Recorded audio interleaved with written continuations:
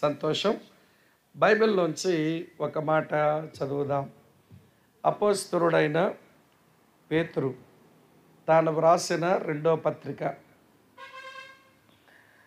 అపోస్తలుడైన పేతురు తాను వ్రాసిన రెండో పత్రిక మొదటి అధ్యాయం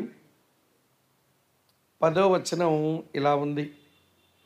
అందువలన సహోదరులారా, మీ పిలుపును ఏర్పాటును నిశ్చయం చేసుకొనుటకు మరి జాగ్రత్త పడుడి. అందరము చదువుదామా స్వరాలెత్తి? అందువలన సహోదరులారా, మీ పిలుపును ఏర్పాటును నిశ్చయము చేసుకొనుటకు మరి జాగ్రత్త పడుడి. ప్రేమ కలిగిన తండ్రి, మా ప్రియమైన దేవ, మీకు స్తోత్రాలు, మీకు వందనాలు. నీ దాసుడు తన జీవితమంతా మరి ఈ స్థలములో వెచ్చించి ఈ పరిచర్యను ప్రారంభించి ఈ ఆశ్రమం ద్వారా ఈ పరిసర ప్రాంతాల్లోనికి నీ సువార్త వెళ్ళేందుకు తన వంతు పరిచర్య తను చేసి నీ దగ్గరకు చేరుకున్నారు. తనతో ఆరంభించబడిన ఈ పరిచర్య కొనసాగించబడేందుకు కాల ప్రవాహంలో అనేక మంది బాధ్యత గల సేవకులను, నాయకులను ఈ పరిచర్యకు ఇచ్చి మీరు నడిపిస్తున్న నీ ప్రేమ కొరకు మీకు కృతజ్ఞతలు. ప్రభువా, మీకు స్తోత్రాలు చెల్లిస్తున్నాం. సేవకునికి సమాధి ఉండొచ్చు కానీ సేవకు సమాధి ఉండకూడదు కదా. ఆ కారణం చేతనే పరిచారకుడు సమాధిలోకి వెళ్ళిన పరిచర్యను మీరే కొనసాగిస్తున్న నీ ప్రేమ కొరకు వందనములు. అనేక మంది సేవకులు ఈ ప్రాంతానికి వచ్చి నీ పరిచర్యలు అందిస్తూ ఉన్న ఒక గొప్ప చరిత్ర కలిగిన ఈ పరిచర్యలో ఈ సంవత్సరం నేనును, నాతో కూడా సల్మాన్ గారు, అన్న వెంకటరత్నం గారు మేము ఈ స్థలంలో నిలబడి నీ ప్రజలకు సేవ చేయాలి. మమ్మల్ని బలపరిచి వీరి కుటుంబాల సంఘాల క్షేమం కొరకు మీరు మాట్లాడమని, నీ మాటలు విడుదల చేయమని, మహిమ ఘనత ప్రభావాలు మీకే ఆరోపిస్తూ యేసుక్రీస్తు నామమునే స్తోత్రాలు చెల్లించి మీకు ప్రార్థిస్తున్నాము తండ్రి. Amen, amen. ప్రభునందు ప్రియ సహోదరి సహోదరులారా, ఇప్పుడు నేను చదివిన వచనం మీ పిలుపును ఏర్పాటును నిశ్చయము చేసుకొనుటకు మరి జాగ్రత్త పడుడి. దేవుని పిల్లలమైన మనం ప్రభు మనల్ని పిలిచిన పిలుపును ఏర్పాటును నిశ్చయం చేసుకోవడం అది ఎంతో ఆశీర్వాదకరం, అది మేలు. మీరు తరువాత కింది వచనాలు చూస్తే ఎవరైతే ఆ పిలుపును ఏర్పాటును నిశ్చయం చేసుకుని పిలుపుకు తగిన లక్షణాలు కలిగి బ్రతుకుతారో వారెప్పుడు తొట్టిల్లరు అని అంటాడు. తరువాత పరలోక రాజ్యంలో, యేసు ప్రభు యొక్క నిత్య రాజ్యంలో వారికి సమృద్ధైన ఆహ్వానం దొరుకుతుంది అన్నాడు. మనకు నిత్య రాజ్యములో గ్రాండ్ వెల్కమ్ దొరకాలన్నా మనం తొట్టిల్లకుండా ఈ భూమి మీద మనం బ్రతకాలి అని అనుకున్న మన పిలుపును, మన ఏర్పాటును నిశ్చయం చేసుకోవాలి. మనము నమ్మిన, మనము సేవిస్తున్న, మనం వెంబడిస్తున్న మన దేవుడు మనల్ని పిలిచేవాడు. దేని కొరకు పిలుస్తాడు? ఆ పిలుపులో సాగడం ఎట్లా అనే సంగతులు మనం అర్థం చేసుకునేందుకు పేతురు సాహిత్యంలోంచే దేవుడు ఎందుకొరకు మనల్ని పిలుస్తాడో, ఆ పిలుపును నిశ్చయం చేసుకుని సాగడం ఎట్లనో నేను మీకు ఈ 2 రోజులు ఉన్న సమయాల్లో చెబుతాను. సరే, ఇదే పేతురు చెప్పిన తన సాహిత్యంలోంచి ప్రభు మనల్ని పిలిచిన పిలుపులేంటో ముందు లిస్ట్ అవుట్ చేద్దాం ఈ పూట. అందులో ఒక పిలుపు ధ్యానం చేద్దాం. మిగిలినవి మరి రాత్రి రేపు కూడా మీతో చెప్తాను. పేతురు రాసిన మొదటి పత్రిక 3వ అధ్యాయం 9వ వచనం చదువుతాను చూడండి. ఇది మొదటి పిలుపు. ఇలా రాసి ఉంది, ఆశీర్వాదమునకు వారసులు అగుటకు మీరు పిలువబడితిరి. ఇది మొదటి మాట. మీ పిలుపును ఏర్పాటును నిశ్చయం చేసుకున్నటకు మరి జాగ్రత్త పడుడి అన్నాడే. మనము దేని కొరకు పిలువబడితిమట? ఆశీర్వాదమునకు వారసుల మగుటకు పిలువబడితిమి. ఇది ఈ పూట మీకు వివరిస్తాను. సరే, రెండవ పిలుపు ఇలా ఉంది.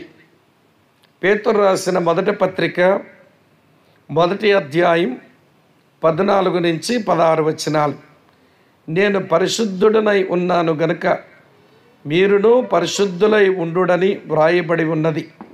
కాగా మీరు విధేయులకు పిల్లలై మీ పూర్వపు అజ్ఞాన దశలో మీకుండిన ఆశలు అనుసరించి ప్రవర్తింపక మిమ్మల్ని పిలిచిన వాడు పరిశుద్ధుడై ఉన్న ప్రకారము మీరును సమస్త ప్రవర్తన యందు పరిశుద్ధులై ఉండుడి. ఈ 2 వచనాల్లో మన పిలుపు పరిశుద్ధులుగా ఉండుటకు పిలుపు.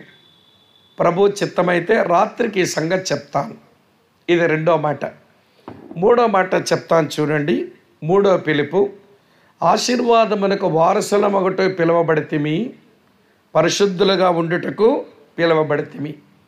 1 పేతురు 2వ అధ్యాయం 19వ వచనం చదువుతున్నా.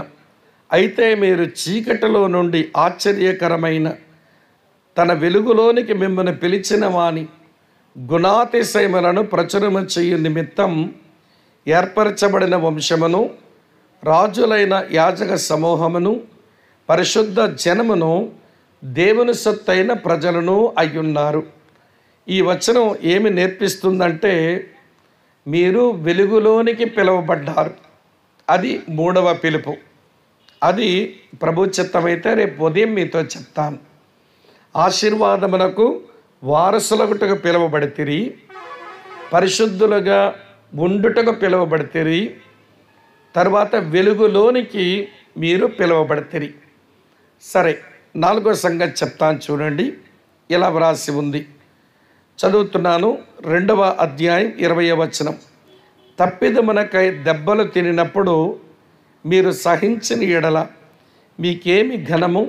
మేలు చేసి బాధపడినప్పుడు మీరు సహించిన ఎడల అది దేవునికి హితమగును. ఇందుకు మీరు పిలువబడితిరి. ఎందుకు పిలువబడితిరి? మేలు చేసి కీడును అనుభవించేందుకు శ్రమపడుటకు పిలువబడితిమి. అది విషయం. శ్రమలు పడుటకు పిలువబడితిమి. ఇది చాలా ప్రాముఖ్యమైన విషయం. అది కూడా రేపు చెప్పే ప్రయత్నం చేస్తాను. ఇంకో పిలుపు కూడా ఉంది. ప్రభు చిత్తమైతే శ్రమలు పొందుటకు పిలువబడితిమి అనే దానితో కలిపి చెప్పే ప్రయత్నం చేస్తాను. ఎందుకంటే నాకు 5వ వర్తమానం ఇక్కడ లేదు గనక 4 వర్తమానాలు చెప్పాలి కాబట్టి అది కూడా కలిపే చెప్తాను. రైట్. 1 పేతురు 5వ అధ్యాయం 10వ వచనం చూడండి. తన నిత్య మహిమకు క్రీస్తునందు మిమ్మల్ని పిలిచిన సర్వ కృపానిధియకు దేవుడు కొంచెము కాలం శ్రమపడిన పిమ్మట తానే మిమ్మలను పూర్ణులుగా చేసి స్థిరపరిచి బలపరచును. ఆమేన్. ఈ వచనంలో మనము నిత్య మహిమకు పిలువబడితిమి. అమ్మ వింటున్నారు కదూ? దేని కొరకు పిలువబడితిమి? నిత్య మహిమకు పిలువబడితిమి. పేతురు యొక్క సాహిత్యంలో క్రైస్తవునికున్న పిలుపులు 5.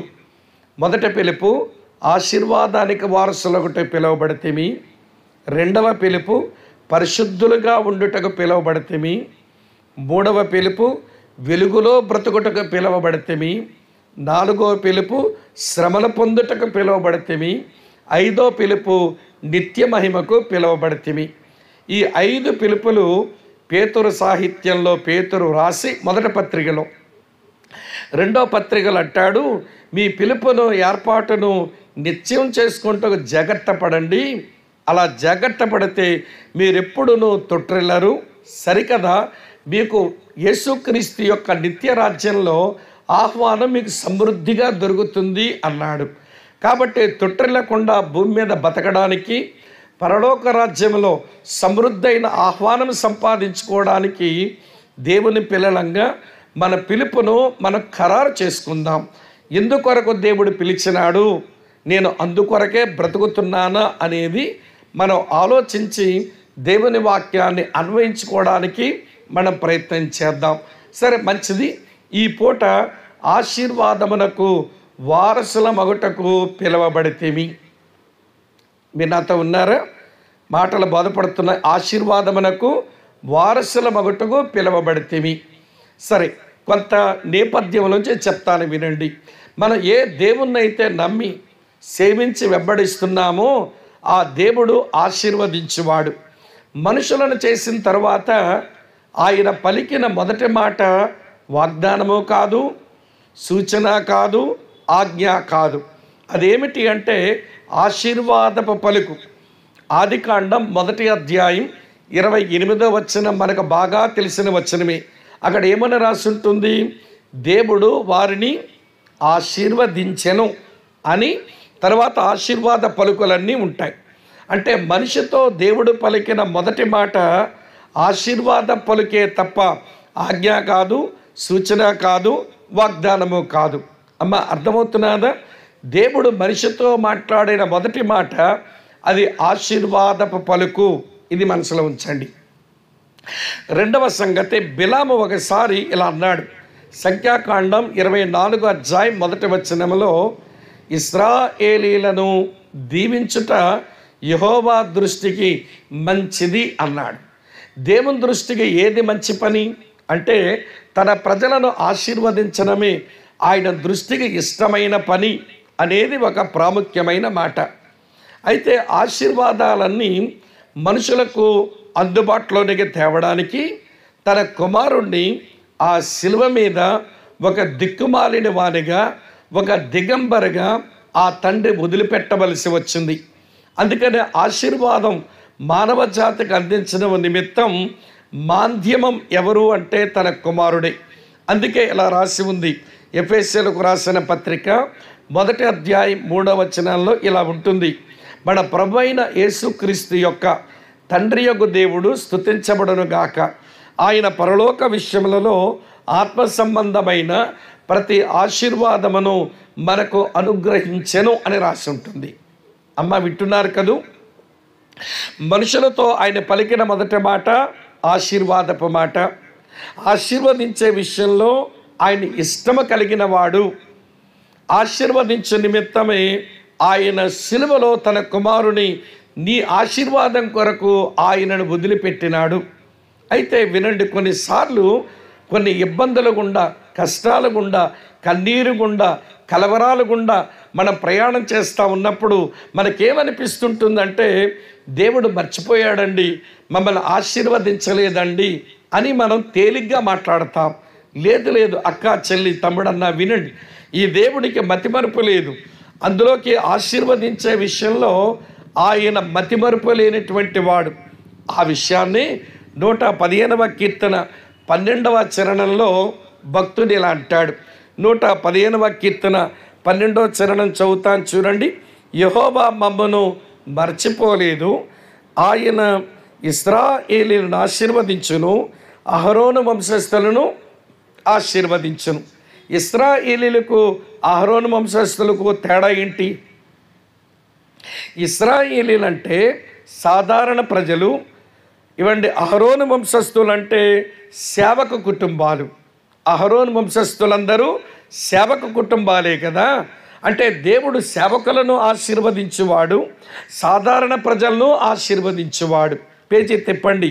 13వ వచనంలో పిన్నలనేమి పెద్దలనేమి తన యందు భయభక్తులు గలవారిని యెహోవా ఆశీర్వదించును. యెహోవా మిమ్మును మీ పిల్లలను వృద్ధి పొందించును. భూమి ఆకాశములను సృజించిన యెహోవా చేత మీరు ఆశీర్వదించబడిన వారు. కనబడ్డాయా ఈ వచనాలు? నేను ఇప్పుడు చదివింది 115వ కీర్తనలో ఉన్నాయి. మీరు ఎక్కడో చూస్తున్నారు. నాకున్న మాయిదార్ రోగం ఏంటంటే కళ్ళు మూసుకుని వాక్యం చెప్పడం రాదు. మీ ముఖాలు చూస్తాను, మీరు బైబిల్ సరిగ్గా తిప్పుతున్నారో లేదో చూస్తాను, లేకపోతే నేను అరుస్తాను కూడా. మీ మీద గట్టిగా అరుస్తా, మిమ్మల్ని పిలుస్తాను కూడా.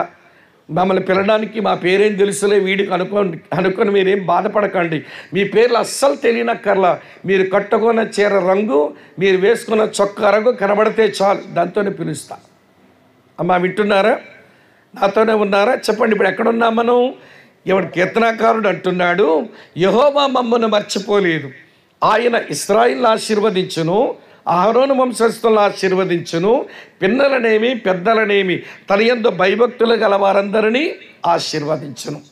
ఇప్పుడు నేను మీకు అమ్మా వింటున్నారా 4 తలంపులు చెప్పాను బ్యాక్గ్రౌండ్గా. ఈ దేవుడు మానవుణ్ణి చేసిన తర్వాత పలికిన మొదటి మాట ఆశీర్వాదపు మాట. ఆశీర్వదించడంలో ఆయన ఇష్టము కలిగిన వాడు. ఆశీర్వదించడానికి తన కుమారుని శిలువ మీద ఒక దిక్కుమాలిన వాడిగా వదిలేశాడు. ఆశీర్వదించే విషయంలో ఆయన మతిమరుపున్నవాడు కాదు. 4 మాటలు చెప్పారు కదా. మరి అట్లయితే మనం ఎందుకండి ఆశీర్వాదాన్ని తక్కువయ్యాము? ఈ రోజున క్రైస్తవులకు ఆశీర్వాదం అంటే కూడా అర్థం కావడంలా. అందుకని బ్రదర్ చెప్పినారు, ఆశీర్వాదం వేరు, దీవెన వేరు. చివరిలో చెప్తాను నేను కూడా, బాగా వినండి. మనం ఈ ఆశీర్వాదం ఎందుకు తక్కువ అవుతుందా? మరి మనతో దేవుడు పలికిన మొదటి పలికే ఆశీర్వాద పలుకైతే, ఆశీర్వదించడం ఆయన దృష్టికి ఇష్టమైన పని అయితే, ఆశీర్వదించడానికి తన కుమారుని సిలువలో వదిలేస్తే, ఆశీర్వదించే విషయంలో ఆయన మర్చిపోలేని దేవుడైతే, మరి మనం ఎందుకు దీవెనకు తక్కువైనాము? ఆశీర్వాదాన్ని తక్కువవుతున్నాము, దీవెనలో కొంచెం దూరం అవుతున్నాము. ముందు ఆశీర్వాదమే ప్రాముఖ్యం, తర్వాత దీవెన సంగతి చూద్దాం. కానీ అమ్మ వింటున్నారా మీరంతా? దీనికి 66 పుస్తకాల క్రమంలో మనుషుడు దేవుని ఆశీర్వాదాన్ని ఎందుకు తక్కువ అవుతాడు అంటే దానికి బలమైన కారణాలు 4 ఉన్నాయి. ఈరోజు నేను ఆశీర్వదించబడలేదు అని మీరు అనుకుంటే ఈ 4 కారణాల్లో ఏదో కారణం దగ్గర మీరు ఉండి తీరుతారు. వింటున్నారా? ఈ 4 కారణాలు చెప్తాను. దేవుని వైపు నుంచి 4 సంగతులు చెప్పాను. ఆశీర్వాదమే మొదటి మాట. ఆశీర్వదించడం ఇష్టమైన పని. ఆశీర్వదించడానికే కొడుకును వదిలేశాడు. ఆశీర్వదించడంలో మర్చిపోలేడు వాడు. అది ఆయన వైపు. మన వైపు చెప్తాను. ఆశీర్వదించబడ్డానికి మనం ఎందుకు తక్కువగా అయిపోతున్నాము అంటే 4 కారణాలు చెప్తాను. మొదటి కారణం దేవుని గురించిన జ్ఞానం లేకపోవడం. Lack of knowledge about God. దేవుని గురించిన జ్ఞానం లేకపోవడం. ఒక స్థలంలో హోషియా అనే భక్తుడు ఇలాగన్నాడు. మీ కొరకే చదువుతాను చూడండి. హోషియా గ్రంథం 4వ అధ్యాయం 1వ వచనం ఇలా వ్రాసి ఉంది. చదువుతాను చూడండి. ఇశ్రాయేలు వారలారా, యెహోవా మాట ఆలకించండి. సత్యమును కనికరమును దేవుని గూర్చిన జ్ఞానం దేశమందు లేకపోవట చూచి యెహోవా దేశ నివాసులతో వ్యాజ్యమాడుచున్నాడు. దేవుని గూర్చిన జ్ఞానం లేని మనుషులను దేవుడు ఆశీర్వదించనట, వాళ్ళతో దెబ్బలాట పెట్టుకుంటాట, వ్యాజ్యమాడుతాను అంటున్నాడు. ఏ వ్యక్తికైతే దేవుని గురించిన జ్ఞానం ఉండదో, ఏ కుటుంబానికైతే దేవుని గురించిన జ్ఞానం ఉండదో, ఏ సంఘమునకైతే దేవుని గురించిన జ్ఞానం ఉండదో, ఏ సమాజానికైతే దేవుని గురించిన జ్ఞానం ఉండదో, ఏ దేశమునకైతే దేవుని గురించిన జ్ఞానం ఉండదో, వీరందరూ ఆ దేవునితో వ్యాజ్యం పెట్టుకున్నారు. ఆ దేవుడు వారితో వ్యాజ్యమాడుతాడట. అందుకే దేవుడు ఇలాగన్నాడు యెషయా ద్వారా, ఆకాశం ఆలకించు, భూమి చెవియొగ్గు, నేను పిల్లల్ని పెంచి గొప్పవారిగా చేశాను. ఎద్దుకు తన కామందిల్లు తెలుసు, గాడిదకు తన సొంత వారి దుడ్డు తెలుసు. నా ప్రజలకు తెలివి లేదు, పాపిష్టి జనము, దోషభరితమైన ప్రజలు, వీరికి శ్రమ అని అరిచాడు ఆయన. అమ్మ అర్థమవుతుందా? ఈ రోజున ఒక క్రికెట్ వీరుడు గురించి చెప్పమంటే చెప్తారు. ఈ రోజున ఒక పొలిటీషియన్ గురించి మాట్లాడమంటే చెప్తారు. ఈ రోజున ప్రభుత్వం ఇచ్చే పథకాల గురించి చెప్పండి అంటే చెప్తారు. ఈ రోజున ఒక సినిమా హీరో గురించి మాట్లాడమంటే మాట్లాడతారు. కానీ దురదృష్టకరం, వారి పుట్టించిన దేవుని గురించి, వారి పాపక్షమాపణ మోక్షప్రాప్తి కొరకు సిలువలో బలిదానం చేసిన ఆ ప్రభు గురించి మాట్లాడమంటే ఏ జ్ఞానం ఉండదు. దేవుడిచ్చిన నేల దాన్ని వాడుకొని పండించుకొని తింటారు, కానీ నేలనిచ్చిన పరమాత్మను గురించిన జ్ఞానం లేదు. దేవుడిచ్చిన గాలి పీల్చుకుని బతుకుతుంటాము, కానీ గాలి ఇచ్చిన పరమాత్మను గురించిన జ్ఞానం లేదు. నీళ్ళు తాగి బతుకుతాము, కానీ నీళ్ళిచ్చిన పరమాత్మను గురించిన జ్ఞానం లేదు. ఈ రోజున దేశమందు దేవుని గురించిన జ్ఞానం మనుషులకు లేకపోవడం చేత దేవుడు ఈ దేశ నివాసులతో వ్యాజ్యమాడుతున్నాడట. దేవునితో దెబ్బలాట పెట్టుకోవడం మంచిదేనా? ఒక ఆమె కొండగా పిలక కట్టి కొండను లాగుదామనుకుందట. కొండకి తన పిలకను కట్టి కొండను లాగేద్దామనుకుందట. చెప్పండి నాకు, వచ్చేది కొండ, ఊడేది పిలక? పిలకే ఊడుద్ది. దేవునితో వ్యాజ్యం పెట్టుకుంటే మనకే నష్టం. ఆ విషయం దేశానికి అర్థం కావట్లా, ఆ విషయం ఒక వ్యక్తిగా అర్థం కావడంలో దేవునితో దెబ్బలాట పెట్టుకుంటున్నారు. ఆ దేవుని గురించిన జ్ఞానం లేక. అక్క, చెల్లి, తమ్ముడు అన్న బాగా వినండి. ఎందుకు మనం ఆశీర్వదించబడడం లేదంటే మొదటి కారణం దేవుని గురించిన జ్ఞానలోపం. దేవుని గురించిన జ్ఞానం లేనందున దేవుడు మనతో వ్యాజ్యమే పెట్టుకుంటాడు, కానీ అతను మనల్ని ఆశీర్వదించలేడు. ఇది ఒక కారణమైతే, రెండో కారణం చూపించిన రండి నాతో కలిసి. యాకోబు రాసిన పత్రిక 4వ అధ్యాయం 2వ వచనం. అమ్మ వింటున్నారా? నేను సావధానంగానే చెప్తున్నాను, స్పీడ్గా వెళ్ళట్లా. అమ్మ వినండి జాగ్రత్తగా. యాకోబు రాసిన పత్రిక 4వ అధ్యాయం 2వ వచనం చూడండి. మీరు ఆశించుచున్నారు కానీ మీకు దొరకటలేదు, నరహత్య చేయుదురు, మత్సరపడుదురు కానీ సంపాదించుకొనలేరు, పోట్లాడుదురు, యుద్ధము చేయుదురు కానీ దేవుని అడగనందున మీకు ఏమీ దొరకదు. ఆశీర్వాదానికి మనం దూరం అవ్వడానికి కారణం లేక ప్రేయర్, లేక ద హ్యాబిట్ ఆఫ్ ప్రేయర్. ప్రార్థించే అలవాట్లు లేవు. దేవుని గురించి కొంత తెలుసు కానీ ప్రార్థించే అలవాట్లు ఉండవు. కొంతమంది వింటున్నారా, భలే తేలిగ్గా అంటారు, నాకు కావలసినవని దేవునికి తెలుసు కదండి, ఆయనే ఇస్తాడులేండి, నేనైతే ప్రార్థన చెయ్యను అన్నట్టుగా అతి ప్రార్థనాపరులు ఉంటారు కొంతమంది, అతి భక్తిపరులు. మాకేది కావాలో దేవునికి తెలియదేంటండి, మేము అడగాల దేవునికి, మేము ప్రార్థన చెయ్యమంటారు. అలా అయితే దేవుడు ప్రార్థించండి అని ఎందుకు చెప్తాడు? అడగండి ఇవ్వబడుతుంది, వెతకండి దొరుకుతుంది, తట్టండి తీయబడుతుంది అని ప్రార్థనకి ఎందుకు మనల్ని పురుగొల్పుతాడు ఆయన? మనకి ఏది అవసరమో ఎరిగిన దేవుడే, మన అడగకపోయినా ఇస్తాడు ఆయన. కానీ ఆయన మీద ఆధారపడి బతకడం నేర్చుకోవడం నిమిత్తమై అడగమన్నాడు ఆయన. ఈరోజు కొంతమందికి దేవుని గురించిన జ్ఞానం ఉంటుంది కానీ ప్రార్థించే అలవాటులు ఏమిలో ఉంటారు. అందుకే వారు ఆశీర్వాదానికి దూరం అవుతూనే బతుకుతుంటారు. 2 కారణాలు చెప్పాను, 3వ కారణం చెప్తాను రండి. 3వ కారణం ఏంటి అని అంటే, ఇదే యాకోబు రాసిన పత్రిక రాసుకుంటున్నారు కదూ, జ్ఞాపకం పెట్టుకోగలిగితే మీరు చాలా గొప్పలే, మీకు చెయ్యత దండం పెడతా. కానీ రాసుకుని మళ్ళీ మీరు ఆలోచిస్తే, ఇంట్లో కూర్చొని అది మీ ధ్యానములో నిలిస్తే దేవుడు పని చేస్తాడు. కనుక చక్కగా రాసుకోగలిగితే మరి సంతోషం, జ్ఞాపకం ఉంచుకోగలిగితే మరీ గొప్ప సంతోషం. 3వ సంగతి చెప్తాను.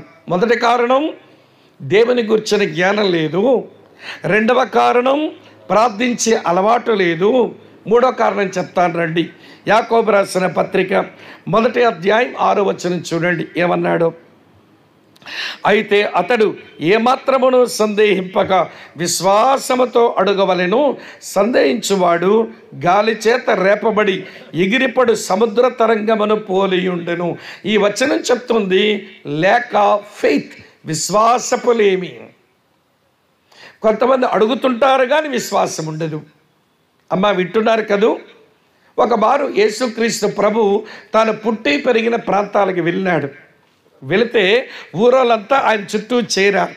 చేరిన తర్వాత ఏమేమో చెప్తున్నావట, ఏవేవో చేస్తున్నావట, అనేకులు నిన్ను వెంబడిస్తున్నారట. మంచిదే, మరి మా ఊర్లోనే పుట్టావు, మా ఊర్లోనే పెరిగావు కనుక మా మధ్య కొంచెం అద్భుతాలు చేయరాదు, నమ్ముతాము అని అడిగినారు. ఏమైనా అద్భుతం చేయి, మేము నమ్ముతాము అని వారికి శోధిస్తున్నట్టుగా అడిగినారు. అప్పుడు ఏం జరిగిందో చదవనా మీ గురించి ఒక మాట. మత్తయి సువార్త 13వ అధ్యాయం 58వ వచనం చూడండి ఏమి రాసింది. మత్తయి 13 చివరి వచనం 13వ అధ్యాయంలో చూడండి. వారి అవిశ్వాసమును బట్టి ఆయన అక్కడ అనేకమైన అద్భుతములు చెయ్యలేదు. చెయ్యలేడా చెయ్యలేదా చెప్పండి. చెయ్యలేడు అని రాయిలే ఆ మత్తయి. చెయ్యలేదు. చెయ్యగలడు ఎన్ని అద్భుతాలైనా, కానీ ఎందుకు చేయలేదట? కాజ్ ఏమిటి అంటే వారి అవిశ్వాసమును బట్టి అని రాసింది. కొంతమందికి దేవుని గురించిన జ్ఞానం ఉంటుంది, కొంతమందికి దేవుని అడిగే అలవాటు ఉంటుంది, మరి కొంతమందికి ఏమో విశ్వాసం ఉండదు. Lack of faith. ఎవరో ఒక బోధకుడు చెప్తే ఈ కథ విన్నాను. ఆ కథ ఏమిటి అంటే ఆ ప్రాంతానికి వర్షం పట్టడం లేదట. వర్షం పడకపోతే సంఘములో సేవకుడు బాధ్యత గల సహోదరు పిలిపించినారు, మన ప్రాంతాలకు వర్షం కురవటం లేదు, ఈరోజు ఆరాధన అయిన తర్వాత అందరూ కొండ మీదకి వెళ్ళి ప్రార్థన చేద్దాం వర్షం పడాలని. అందరూ ఇళ్ళకి వెళ్ళి భోంచేసి అందరూ కొండ మీదకి ఎక్కిరండి అని పిలిపించినారు. సరే, సంఘం అంతా ఇళ్ళకి పోయి బాగా తిని అందరూ కొండెక్కుతున్నారంట. కొండ మీదకి వస్తుంటే ఒక చిన్న పిల్ల ఒక గొడుగు పట్టుకుంటూ వస్తుందంట. ఆ సంఘములో పెద్ద ఆయన అన్నాడు, వసే పాప ఏంటి చేతిలో గొడుగు? ఏదో పెద్ద వర్షం పడిపోయినట్టు లేదా ఎండెక్కినట్టు చేతిలో గొడుగు ఎందుకు పట్టుకొస్తున్నావంటే, అదేంటి అంకులు అలాగంటున్నారు, మనమంతా వర్షం పడాలని ప్రార్థన చేయడానికి కదా మీరు రమ్మని పిలిపించారు, వస్తున్నాం ఇప్పుడు అందరం ప్రార్థన చేస్తాం, వర్షం పడిపోద్దు కదా, నేను తడుచుకుంటూ ఇంటికి వెళ్ళకూడదని గొడుగు పట్టుకొని వచ్చాను అందట. ఇప్పుడు చెప్పండి, పెద్దలు, సేవకులు, అయ్యగారులు, కొయ్యగారులు అందరూ కొండెక్కారు. ఎవరికైనా విశ్వాసం ఉందా? ఎవరి చేతిలోనూ గొడుగు లేదు. ఈ చిన్నపిల్ల చేతిలో గొడుగు ఉందంటే అర్థం ఏంటన్నమాట? విశ్వాసంతో వచ్చింది ఈ పాప. అందరూ ప్రార్థనకు వచ్చిన వాళ్ళే. మీరండి, బైబిల్లో కూడా పేతురు చెరసాల్లో ఉంటే అతను బయటకు రావాలని తెగ ప్రార్థన చేస్తున్నారు. ప్రార్థన చేస్తుంటే పేతురు నిజంగానే బయటకు వచ్చి తలుపు కొట్టినాడు. తలుపు కొట్టగానే రోదే అనే పిల్ల తలుపు తీసి, హే పేతురంకులు వచ్చేసాడు, పేతురంకులు వచ్చేసాడు. అరే పేతురంకులు ఎట్లా వస్తాడు? ప్రార్థన ఏమో పేతురు రావాలని చేస్తున్నారు, పేతురు వచ్చి తలుపు కొట్టినాడు అనే విషయం ఒక బిడ్డ చెప్తుంటే నమ్మడానికి ఇష్టపడడం లేదు. ఈ క్రైస్తవుల దగ్గర ఉన్న అమ్మ వింటున్నారా, ఈ క్రైస్తవుల దగ్గర ఉన్న దిగజారుడు విశ్వాసం ఇలాగే తగలబడింది. ప్రార్థనకి ఏం తక్కువ లేదు, కానీ చేసిన ప్రార్థన దేవుడు నెరవేరుస్తాడని విశ్వాసమే లోపించింది. మరి ఎలాగ ఆశీర్వదించబడతామని చెప్పండి? మీ ముఖాలన్నీ భలే ఆలోచనలో పడ్డాయి. ఎంత కీన్గా కనబడుతున్నాయి మీ ముఖాలన్నీ. ప్రైజ్ ద లార్డ్, సంతోషం. కొంతమందికి ఏమో దేవుని గురించిన జ్ఞానం లేదు, మరి కొంతమందికి ఏమో ప్రార్థించే అలవాటు లేదు, మరి కొంతమందికి ఏమో విశ్వాసం లేదు. మరి ఎట్లా ఆశీర్వదించబడతామండి? ఆశీర్వాదమునకు వారసులగుటకే మీరు పిలువబడ్డారు. ఆ దేవుడు పలికిన మొదటి మాటే ఆశీర్వాదం. మిమ్మల్ని ఆశీర్వదించడం ఆయనకి ఇష్టమైన పని. మిమ్మల్ని ఆశీర్వదించడానికే తన కుమారుని సిలువలో దిక్కుమాలినోడ్లాగా వదిలేశాడు. మిమ్మల్ని ఆశీర్వదించే విషయంలో ఆయన మతిమరుపు లేనివాడు. లోపం ఏదైనా ఉంటే మన దగ్గరే ఉంది. ఏ లోపం ఉందో సవరించుకోవాలి. కూడికల్లో ఆయన గురించిన జ్ఞానం లోపించిందా, లేకపోతే ప్రార్థించే అలవాటు లోపించిందా, లేకపోతే విశ్వాసము లోపించిందా? 3 చెప్పాను కదా, 4 అని చెప్పాను. 4వది కూడా చూపిస్తాను రండి. యాకోబు రాసిన పత్రిక మళ్ళీ 4వ అధ్యాయానికి రండి. 4వ కారణం చూపిస్తాను. యాకోబు రాసిన పత్రిక 4వ అధ్యాయం చదువుతున్నాను చూడండి. ఈ వచనం చదువుతాను చూడండి. 3వ వచనం ఇలా ఉంది, మీరు అడిగినను, వింటున్నారా లేదా? మీరు అడిగినను మీ భోగముల నిమిత్తం వినియోగించుటకై దురుద్దేశముతో అడుగుదురు గనుక మీకు ఏమీ దొరకడం లేదు. ప్రార్థించే అలవాటు ఉంది, విశ్వాసం ఉంది, దేవుని గురించిన జ్ఞానం ఉంది, కానీ సమస్య ఏంటి? ఆశీర్వదించబడకపోవడానికంటే సదుద్దేశము లేదు. Lack of right motive. సరైన ఉద్దేశం లేదు. ఏమంటే కరోనా వచ్చింది, అవునా కాదా చెప్పండి? 2 సంవత్సరాలు మీరేం పెట్టుకోలేకపోయారు అమ్మా. 3 సంవత్సరాలు అనుకుంటాను. 2 సంవత్సరాలు కరోనా, 1 సంవత్సరం కరోనా. ఇంకా భయంతో మనం ఆశ్రమంలో మీరు మీటింగులు పెట్టుకోలేకపోయారు, అవునా కాదా? 2 ఏళ్ళు మేము కూడా పెట్టుకోలేదు. ఏదో చిన్నగా చేసుకున్నాం, కానీ మా దగ్గర కూడా లేవులేండి ఇలాంటి విషయాలు. సరే వినండి, కరోనా టైంలో చాలామంది అన్నా నాకు కరోనా వచ్చిందన్న ప్రార్థన చేయండి అని ఫోన్ చేసేవాళ్ళు. మాకేమో ఒక ప్రార్థన నడిపించడానికి ఒక బ్రదర్ గారు ఉండేవాళ్ళు. ఏ ప్రేయర్ పాయింట్స్ వచ్చినా మేము ఆయన చేరవేసేవాళ్ళం. ఆయన ప్రేయర్ లెటర్ తయారు చేసి వాట్సాప్లో పంపించి ఒక 48 గంటల ప్రార్థన మూమెంట్ నడిపించేవాడు. ఇప్పటికి నడుస్తుంది మా దగ్గర మూమెంట్. అయితే నేను ఆయనకి ప్రార్థన విషయం ఇచ్చే ముందు ఎవరైనా అడిగితే అన్నా ప్రార్థన చేయండి అన్న కరోనా వచ్చింది అని అడిగితే నేను ప్రార్థన చేస్తాం కానీ బ్రదర్ ముందు నాకు జవాబు చెప్పండి అని అడిగేవాడిని. అదే మనోళ్ళకి నచ్చేది కాదు. ఏమడిగేవాడో తెలుసా, మేము ప్రార్థన చేస్తాం కరోనా వచ్చింది నువ్వు బాగుపడాలని, నీ ఆయుష్ పెరగాలి, నీకు ఆరోగ్యం వచ్చేలా ప్రార్థన చేస్తా. సరే నీ కరోనా తగ్గితే ఏం చేస్తావో చెప్పు, అప్పుడు ప్రార్థన చేస్తామంటే కొంతమందికి ఎంత ఒళ్ళు మండేదో ఇదేమీ అడగడం. మేము కరోనా జబ్బుతో ఆయాసంతో మేము పడుంటే కరోనా తగ్గితే ఏం చేస్తావో చెప్పు అప్పుడే ప్రార్థన చేస్తామంటాడేంటి స్వామి అన్నాని. నా మనసు ఏంటనంటే కరోనా తగ్గితే దేవుని కొరకే బతుకుతానంటే భారంగా ప్రార్థన చేయొచ్చు. కరోనా తగ్గాక నా బతుకు నేను బతుకుతానంటే వీడి గురించి ప్రార్థన చేయడం ఎందుకు, వీడి సస్తేనే వచ్చింది కదా. కరోనా తగ్గితే నా ఇష్టం వచ్చినట్టు నా పాపాల్లో బతుకుతాను, నా ఇష్టం వచ్చినట్టు ఉంటానని అంటే ఆడి కొరకు ప్రార్థన చేయడం ఎందుకు, ఆడు చావడమే మంచిది కదా త్వరగా. వింటున్నారా లేదా? వీడికి ప్రార్థన చేయమని అడుగుతాడుగా, మంచి ఉద్దేశం లేదు. కొంతమంది దేవుని యొద్ద నుంచి ఏవేవో కావాలట, అప్పు తీర్చున్న ఆయన అంటున్నావు, సరే తీరుస్తాడు, తీరిస్తే ఏంటి? ఆరోగ్యం ఈయన ఆయనను ప్రార్థన చేస్తున్నాడు, సరే ఇస్తాడు, తర్వాత ఏంటి? దాని వెనకాల ఉన్న డ్రైవింగ్ ఫోర్స్ ఏంటి? దాని వెనకాల ఉన్నటువంటి ఉద్దేశం ఏంటి? సదుద్దేశంతో ప్రార్థన చేస్తే ఏ సదుద్దేశాన్ని కూడా దేవుడు త్రోసివేయడు.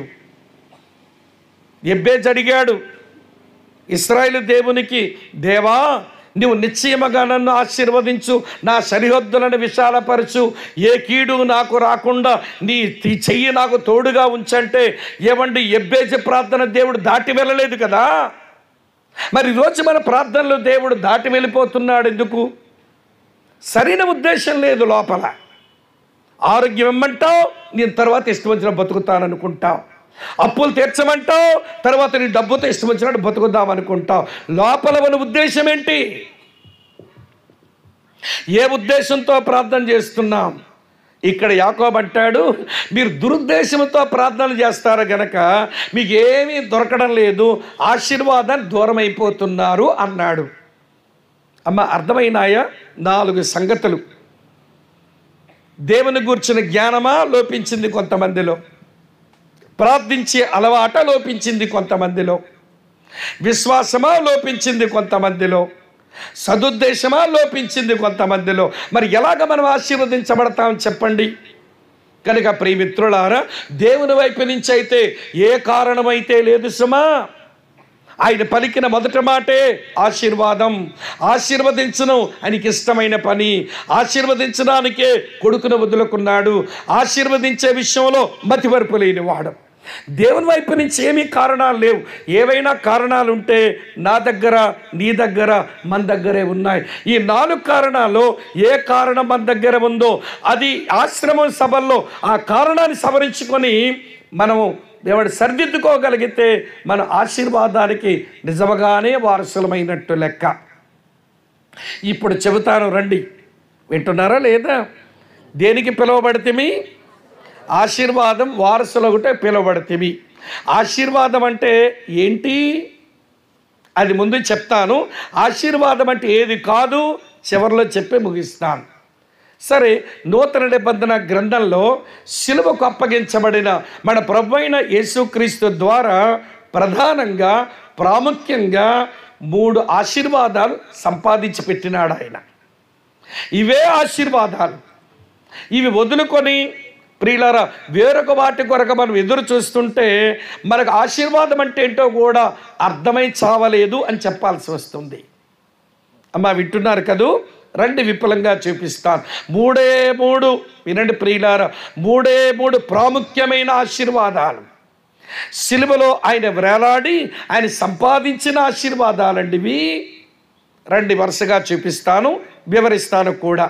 అమ్మా వినండి, మీ ముఖాల్లో వచనంతోనే అర్థమైనట్టుంటే వివరణకి వివరం, ఏమంటే వచనంతో కొంచెం అర్థం కానట్టుంది అని మీ ముఖాలు అనిపిస్తే కొంచెం ఎక్స్ప్లెనేషన్ పెరుగుద్ది, వివరణ పెంచుతాను.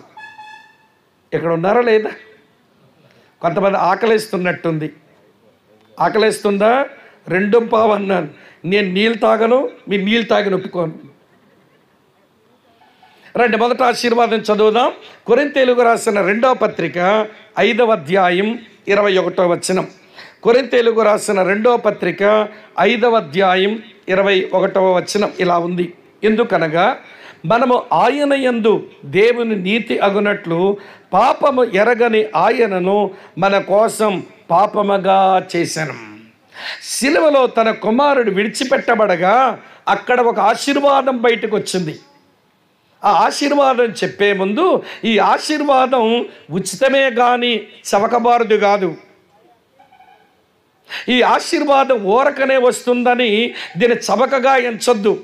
మన తెలుగులోకున్న మాయిదారు రోగం ఏంటనంటే పెరట్లో ఉన్న కరివేపాకు కూరక పనికిరాదు. పెరట్లో ఉన్న కరివేపాకు మన కూరక పనికిరాదు. మరి ఏ కరివేపాకు కావాలి?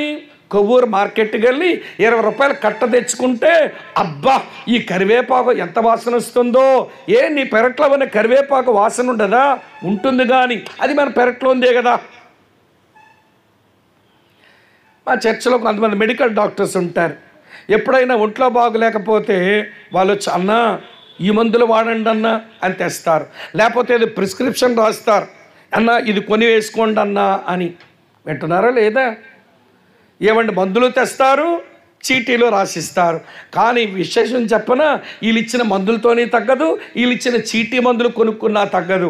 శ్రీకాకుళం నుంచి వైజాగ్ రావాలి, ఒక డాక్టర్ గారికి ఏమో ఏమండి ఒక 1500 తగలబెట్టాలి, మళ్ళీ ఒక 1000 రూపాయల మందులు కొనుక్కోవాలి. అవి ఇంటికి వేసుకుంటే మన జబ్బు కుదిరిపోయిందన్నమాట. వాళ్ళు అనుకుంటారు డాక్టర్లు వచ్చి, అన్న నేను చెప్పినవి వేసుకున్నారా తగ్గింది అంటే, మీరు చెప్పింది వేసుకోవాలా, నేను ఇచ్చినవే వేసుకున్నారా? లేదు లేదు వైజాగ్ వెళ్ళాను అంటాను. వైజాగ్ వెళ్ళారా? ఏమిచ్చారన్న వాళ్ళు, ఏది చూపించండి, ఫైల్ ఇవ్వండి అంటే వాళ్ళు ఫైల్ చూస్తారు. నేను తెచ్చిన ఇవే కదన్నా, నేను రాసిన ఇవే కదన్నా, మరి ఎందుకు తగ్గలేదు నాకు?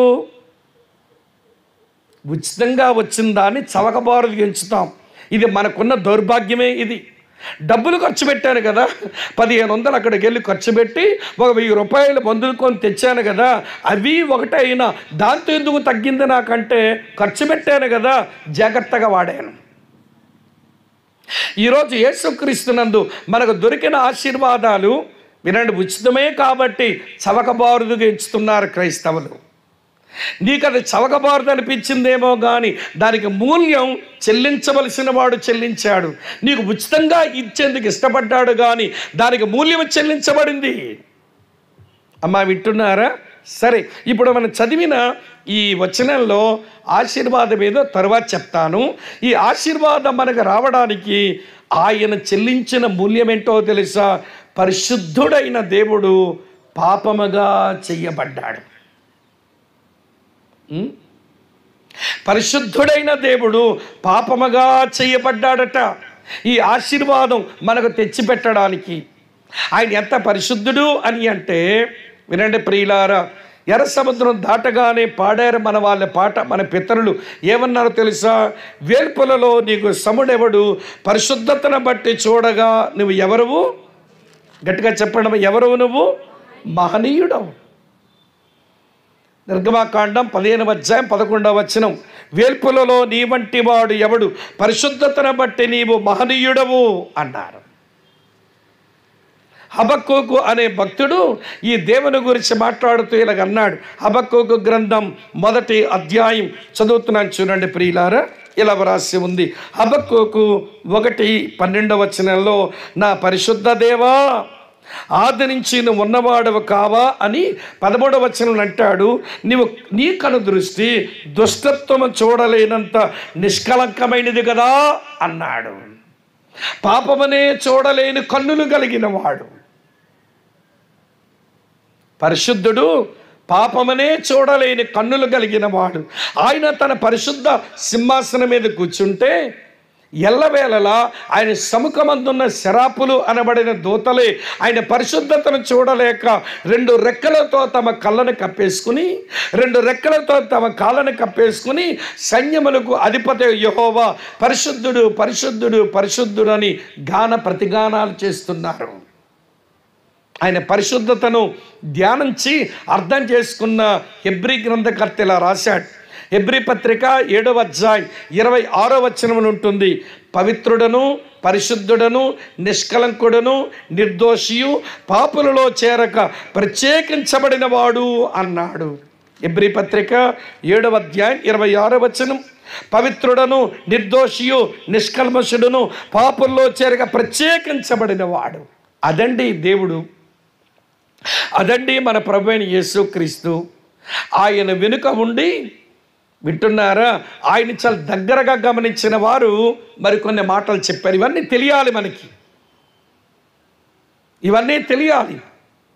నేను జ్ఞాపకం చేస్తాను. ఆయన వెనుక ఉండిన వారు ఇలా అన్నారు. 1 పేతురు 2వ అధ్యాయంలో వినండి ప్రియుల, 22వ వచనంలో పేతురులకు అంటున్నాడు, ఆయన పాపము చెయ్యలేదు, ఆయన నోటను ఏ కపటమును కనబడలేదు. He did no sin. ఆయన పాపము చెయ్యలేదు. 1 పేతురు 2:22లో ఈ మాట ఉంటుంది. ఇది పేతురయ్య చెప్పాడు. యోహాను ఏమన్నాడో తెలుసా మీకు? 1 యోహాను పత్రిక 3వ అధ్యాయం 5వ వచనంలో అంటాడు, పాపములను తీసివేయుటకు ఆయన ప్రత్యక్షమాయెను, ఆయన యందు పాపమేమీయూ లేదు. ఈ హ్యాడ్ నో సిన్. పాపమే లేనివాడు, పాపమే చెయ్యనివాడు. పౌలు ఒక స్థాయి దాటి మరొక మాట ఇప్పుడు ఏం చెప్పినాడంటే, ఇప్పుడు వాళ్ళు చదివిన వచనంలో 2 కొరింథీ 5:21లో పాపమే ఎరగనేవాడు. He knew no sin. పాపమే ఎరగనేవాడు, పాపమే చెయ్యనివాడు, పాపమే లేనివాడు శిలువ మీద ఒక పాప ముద్దలాగా కనబడుతున్నాడు. అదే కదా పౌలు రాస్తున్న మాట. ఎందుకనగా పాపము ఎరగని ఆయన మన కోసం పాపిగా కాదు, ఆయన పాపముగా చేయబడ్డాడు. కారణం మనందరి పాపము ఆయన మీద మోపబడగా ఆయన పాపముగా చేయబడ్డాడు. సరే, ఎందుకు అట్లయినాడో? ఆయన ఒక ఆశీర్వాదం సంపాదించడానికి. ఏమిటి ఆశీర్వాదం అంటే, పాపులమైన మనము దేవుని నీతి అగునట్లు. అక్కడున్న ఆశీర్వాదం ఏంటో తెలుసా? దేవుని నీతి. అది అండర్లైన్ చేయండి. పాపులమైన మనకు దేవుని నీతిని సంపాదించాడట. ప్రియులారా, ప్రపంచంలో ఉన్న అన్ని ఆశీర్వాదాల కంటే గొప్ప ఆశీర్వాదం ఏంటో తెలుసా? దేవుని నీతిని పొందడం. దేవుని నీతి అనే మాటకు ముందు అర్థం చెప్తాను. దేవుని నీతి అనగా వినండి, దేవునితో సత్సంబంధములోనికి వచ్చుట. God's righteousness is equal to right relationship with God. దేవుని నీతి అనగా దేవునితో సత్సంబంధములోనికి వచ్చుట. అమ్మ, అర్థమవుతున్నదా? పాపులమైన మనకు ఆయనతో సత్సంబంధమా? మనం పాపులం. కొంతమందికి పాపులం అనే మాట నిర్వచనం కూడా తెలియదు. పాపులంటే నేనేం అబద్ధమాడానేంటండి, నేను దొంగతనం చేశానేంటండి, నేను తాగుడు తాగానేంటండి, నేను పేకాట ఆడానేంటండి, నేను వ్యభిచారం చేశానేంటండి, నేను అరహత్య చేశానేంటండి, నేనేమైనా అన్యాయం చేశానేంటండి, నేను అత్యాచారం చేశానేంటండి, నేను అవినీతిగా ఉన్నానేంటండి, నేను పాపిని కాదు అనుకుంటారు. ఓరే మొకాళ్ళారా, పాపం అంటే ఏంటో మీకు అర్థమై చావలా? పాపం అంటే ఇవన్నీ చేయకుండా ఉన్నావు గనక పాపిని కాదు అనుకోవద్దు. పాపం అంటే ఏంటో చెప్పనా? దేవుని గుణలక్షణాలకు భిన్నమైన లక్షణాలు కలిగి ఉండడమే పాపం. Anything that contradicts with God attributes is sin. మళ్ళీ చెప్పనా? Anything that contradicts with God attributes is sin. దేవుని గుణలక్షణాలకు భిన్నమైన లక్షణాలు కలిగి ఉంటే నీలో పాపం ఉన్నట్టే. నువ్వు దొంగతనం చేయనక్కర్లా, చేట్ల పేకాట ఆడనక్కర్లా, వ్యభిచారం చేయనక్కర్లా, తాగుడు తాగనక్కర్లా. వివరించమంటారా? ఆయనలో ప్రేమ ఉంది, నీ దగ్గరేమో దుర్మార్గత ఉంది. అదే పాపం. దేవునిలో సత్యం ఉంది, నీ దగ్గరేమో అబద్ధాలు ఉన్నాయి, అదే పాపం. దేవునిలో పరిశుద్ధత ఉంది, నీలో పాపం ఉంది, అంటే పాప క్రియలు ఉన్నాయి, అవే పాపం. దేవుని దగ్గర నీతి ఉంది, నీ దగ్గర దుర్నీతి ఉంది, అదే పాపం. దేవుని దగ్గర న్యాయం ఉంది, నీ దగ్గర అన్యాయం ఉంది, అదే పాపం. దేవుడేమో మారనవాడు, నువ్వు మారిపోయే మొదలష్ట మనుషుడివి, అదే పాపం. నేను దొంగతనం చేయలేదండి, అన్యాయం చేయలేదండి, మేళ్ళే చేసేస్తున్నానండి అని కొంత స్వనీతి పరులు మా దగ్గర పాపం లేదని అనుకుంటారు. లేదు ప్రియులారా, దేవుని గుణ లక్షణాలకు భిన్నమైన లక్షణాలు కలిగి ఉండడమే పాపం. వింటున్నారా? ఈ రెండు కలిసి ఉంటాయో చెప్పండి నాకు. ప్రేమ దుర్మార్గం కలిసి ఉండగలవా? సత్యము అసత్యం కలిసి ఉండగలవా? పరిశుద్ధత పాపం కలిసి ఉండగలదా? నీతి దుర్నీతి కలిసి ఉండగలవా? న్యాయం అన్యాయం కలిసి ఉండగలవా? వింటున్నారా ప్రియులారా? కొంతమంది స్వనీతి పరులు మేము పాప పనులు చేయలేదు గనక మాలో పాపం లేదనుకుంటారు, కానీ అసలు నీ వేరే పాపం, నీ వేరులోనే పాపం ఉంది. మీకు అర్థమయ్యేలా చెప్తాను. మన ఆశ్రమ సభలకి ఒక వేప చెట్టు వచ్చింది, వాక్యం విందామని. ఏం చెట్టు? వేప చెట్టు. ఈ గాబ్రియల్ సాల్మన్ గారు, ఈ స్వామి, అలాగనే పిల్లా వెంకటరత్నం గారు ప్రసంగం మీద ప్రసంగం హరిస్తే పాపం ఆ వేప చెట్టుకు మారు మనసు వచ్చింది. నా కాయ చేదని ఎన్ని కాయలు చేదుకున్నాయని ప్రసంగాలు తిట్టిపోసేశారు. దులిపేస్తున్నాను అని కాయలన్నీ దులిపేసింది. మనమంతా అనుకున్నాం, అబ్బా వేప చెట్టుకు మారు మనసు వచ్చింది, చేదుకాయలను దులిపేసుకుంది, బాప్తీసం ఇచ్చే సంఘంలో పెట్టేయండిరా అంటే దీనికి బాప్తీసం సంఘంలో పెట్టుకున్నాం. వచ్చే సంవత్సరం ఆశ్రమ సభలు వచ్చినాయి, మళ్ళీ నిండా కాయలతో వచ్చింది మన వేప చెట్టు. ఏమేం వేప చెట్ట? లాస్ట్ ఇయర్ మన సభల్లో కాయలను దులిపేసుకున్నావుగా, ఎంత మారిపోయావని మేము అనుకుంటే మళ్ళీ చేదుకాయలతో వచ్చావే అంటుంది. మీకు అని బుద్ధి ఉందా? మీరు చేసే ప్రసంగాలన్నీ కాయలే దులిపాను, కానీ వేరు దగ్గర మార్పు రాలేదు కదా. వేరు దగ్గర ఏమైనా మార్పు వచ్చుంటే కాయలు బాగుండులే. మీరు కాయలు దులపడవచ్చు కానీ వేరు దగ్గర గొడ్డలు దెబ్బేయడం రాలేదుగా అంది. ఎవరు? అందుకని యేసుప్రభు ఈ లోకానికి వచ్చింది కాయలు దులపడానికి రాలా. దొంగతనము, చీట్ల పేకాట, అబద్ధాలు, మోసం, వ్యభిచారం ఏమండి కాయలు దొలపడానికి రాలేదండి ఆయన. మన పాప స్వభావం అని వేరు దగ్గర దెబ్బలు పెట్టేయడానికి వచ్చాడు. అందుకనే బాప్తిస్మం ఇచ్చి యోహాను అన్నాడు, ఏమన్నాడు? ఇదిగో గొడ్డల చెట్ల వేరన ఉంచబడి ఉన్నది, మారు మనసుకు తగిన ఫలములు ఫలింపని ప్రతి చెట్టు వేరు దగ్గర దెబ్బ వేసి ఆయన అగ్నిలో వేస్తాడు, లేదా తనలో అంటు కట్టుకుంటాడు. కనుక ఈ రోజున నేను పాప పనులు చేయలేదు కనుక పెద్ద పవిత్రమూర్తిని అనుకొని పావురం పిల్లలా కనబడద్దు. నీ లోపల ఉంది నల్లకాకని నాకు తెలుసు. కొంతమంది భలే పావురం పిల్లలు ఉంటారు, మేము పావురాలు అయ్యాం, పావురం వల్లకాడ లోపల నల్లకాకి, బయటగా తెల్ల పావురంలా కనబడుతున్నాం, లోపలేమో నల్లకాకిలా బతుకుతుంటాం. నచ్చుకోకండి, కటువుగా చెప్పానని. ఇలాంటి పాపులు ఇది ముందు మనం అడ్మిట్ అవ్వాలి. పాపులమైన మనకు ఒక ఆశీర్వాదం, దేవుని నీతి అనే ఆశీర్వాదం, అనగా దేవునితో సంబంధం. దేవుని నీతి అనే ఆశీర్వాదములోకి వస్తేనట కొన్ని దీవెనలు వరుసగా రాశాడు పౌలు. ఒక దగ్గర చూపించమంటారా? ఏదో చెప్పడరా బాబు, చూపించనా? రోమీలకు రాసిన పత్రిక 5వ అధ్యాయం చూడండి. దేవుని నీతి అనే ఆశీర్వాదం పొందితే ఇవన్నీ అందులో కలిసిపోతాయట. వరుసగా చదువుతాను చూడండి. రోమాపత్రిక 5వ అధ్యాయం నేను చదువుతున్నాను చూడండి ప్రియులారా. ఇలా రాసి ఉంది, కాబట్టి విశ్వాసం మూలమున మనము నీతిమంతులుగా తీర్చబడి, అంటే నీతిమంతులమయ్యే దీవెన పొందితే మన ప్రభువైన యేసుక్రీస్తు ద్వారా దేవునితో సమాధానము కలిగి ఉందము. మొదట ఆశీర్వాదం పీస్ విత్ గాడ్. ఏంటమ్మా? దేవునితో సమాధానం. ఇక ఆయన మనము శత్రువులం కాదు, ఆయన మనం ఒక ఇంట్లో సభ్యులం. ఇక మనకివ్వకపోతే ఆయుష్, మనకివ్వకపోతే ఆరోగ్యం, మనకివ్వకపోతే ఆస్తి, మనకివ్వకపోతే అందనాలు ఇంకెవడికి ఇచ్చుకుంటాడు ఆయన? ఆయన ఇంట్లోని వ్యక్తులం అయిపోయాం. దేవుని నీతిని పొందిన మనకు దేవునితో సమాధానం వచ్చింది. మొదటి మాట. రెండో మాట చూడండి, 2వ వచనంలో, మరియు ఆయన ద్వారా మనము విశ్వాసం వలన ఈ కృపయందు ప్రవేశము గలవారమై అన్నాడు. అంటే దేవుని కృపా ప్రవేశం చేశాం. నీతిమంతులుగా తీర్చబడిన వారు దేవునితో సమాధానం పొందుతారు, దేవుని కృపా ప్రవేశం చేస్తారు. పీస్ విత్ గాడ్, రెండోది గ్రేస్ ఆఫ్ గాడ్. అందుకని మన జీవితాల కృపా కేంద్రీకృత జీవితాలు ఉంటాయి. అమ్మ బాగున్నారా సిస్టర్ అంటే బాగున్నా బ్రదర్, ఏదో దేవుని చూసారు ఎంత బాగా వచ్చిందో డైలాగ్, కృప వలన. ఈ మధ్య ఇల్లు కట్టుకున్నారంటగా, అవునండి ఏదో దేవుని కృప వలన. మీ పిల్లాడికి ఉద్యోగం వచ్చిందంటగా, అవునండి ఏదో దేవుని కృప వలన. మీ కూతురే పెళ్లి చేశారంటగా ఈ మధ్య, అవునండి ఏదో దేవుని కృప వలన. చూసారు, కృపా కేంద్రీకృతమైన జీవితాలు.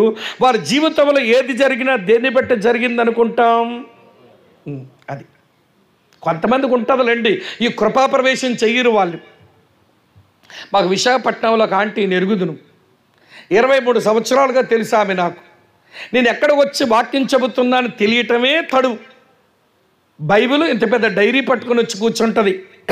ఎన్ని ప్రసంగాలు ఉంటాయో నావి ఆంటీ గారి దగ్గర తెగ రాసేసుకుంటుంది, బాగా రాస్తారు. డిస్ట్రిక్ట్ ఆఫీసర్ రిటైర్ అయిందేమో, దస్తూరి కూడా చాలా బాగుంటుంది ఆంటీ గారిది. ఎన్ని ప్రసంగాలు, ఇంతింత దెబ్బ డైరీలు ఉంటాయి ఆంటీ గారి దగ్గర. కనబడినప్పుడంతా వచ్చే పలకరిస్తుంది, స్వామిబాబు బాగున్నారా అంటే, బాగున్నాను ఆంటీ, ఏదో దేవుని కృప వలన అంటాం కదమ్మా అంటాను. నేను అడుగుతాను, ఆంటీ ఎలాగున్నారు అని.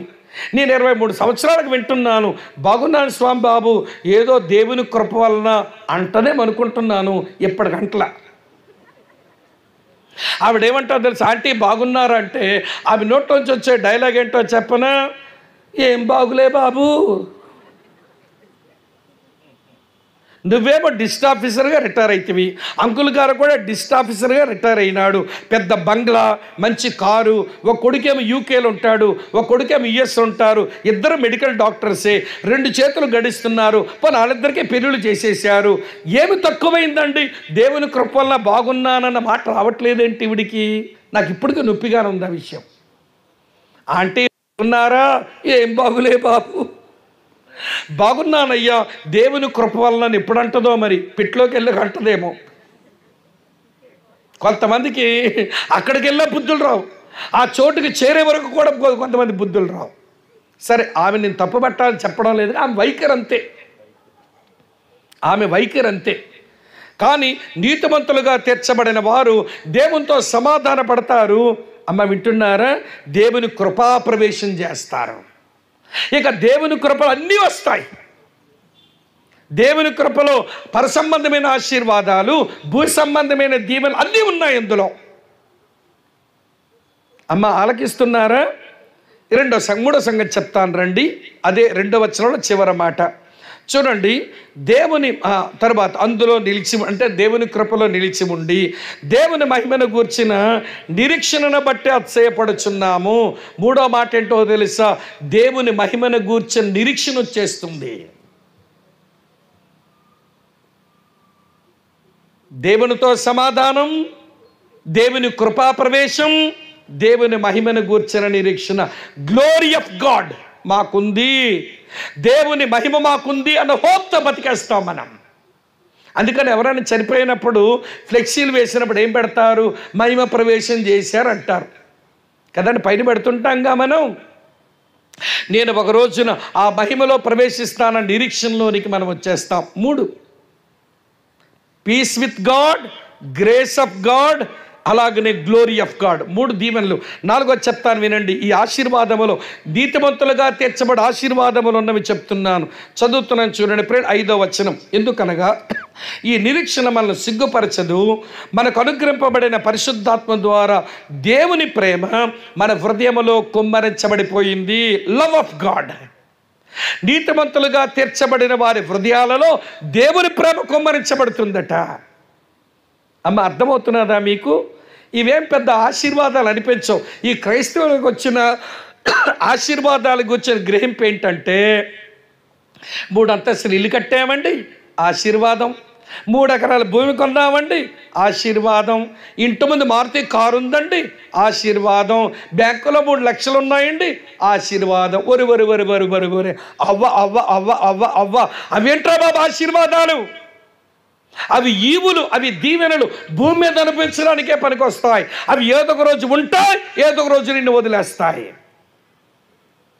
3 ఎకరాల భూమి నీ పెట్టెలోకి వెళ్తే నీ పెట్టెలోకి వచ్చి కూర్చుంటాయి. 3 ఎకరాలు నువ్వు కొనుక్కున్న మారుతి కారు నువ్వు పెట్టెలోకి వెళ్తే వచ్చి కూర్చుంటుంది ఆ మారుతి కారు. అవి దీవెనలండి, అవి ఈవులండి. భూమి మీద అనిపించడానికే పనికొస్తాయి. అవి పరలోకం వరకు చేరవు.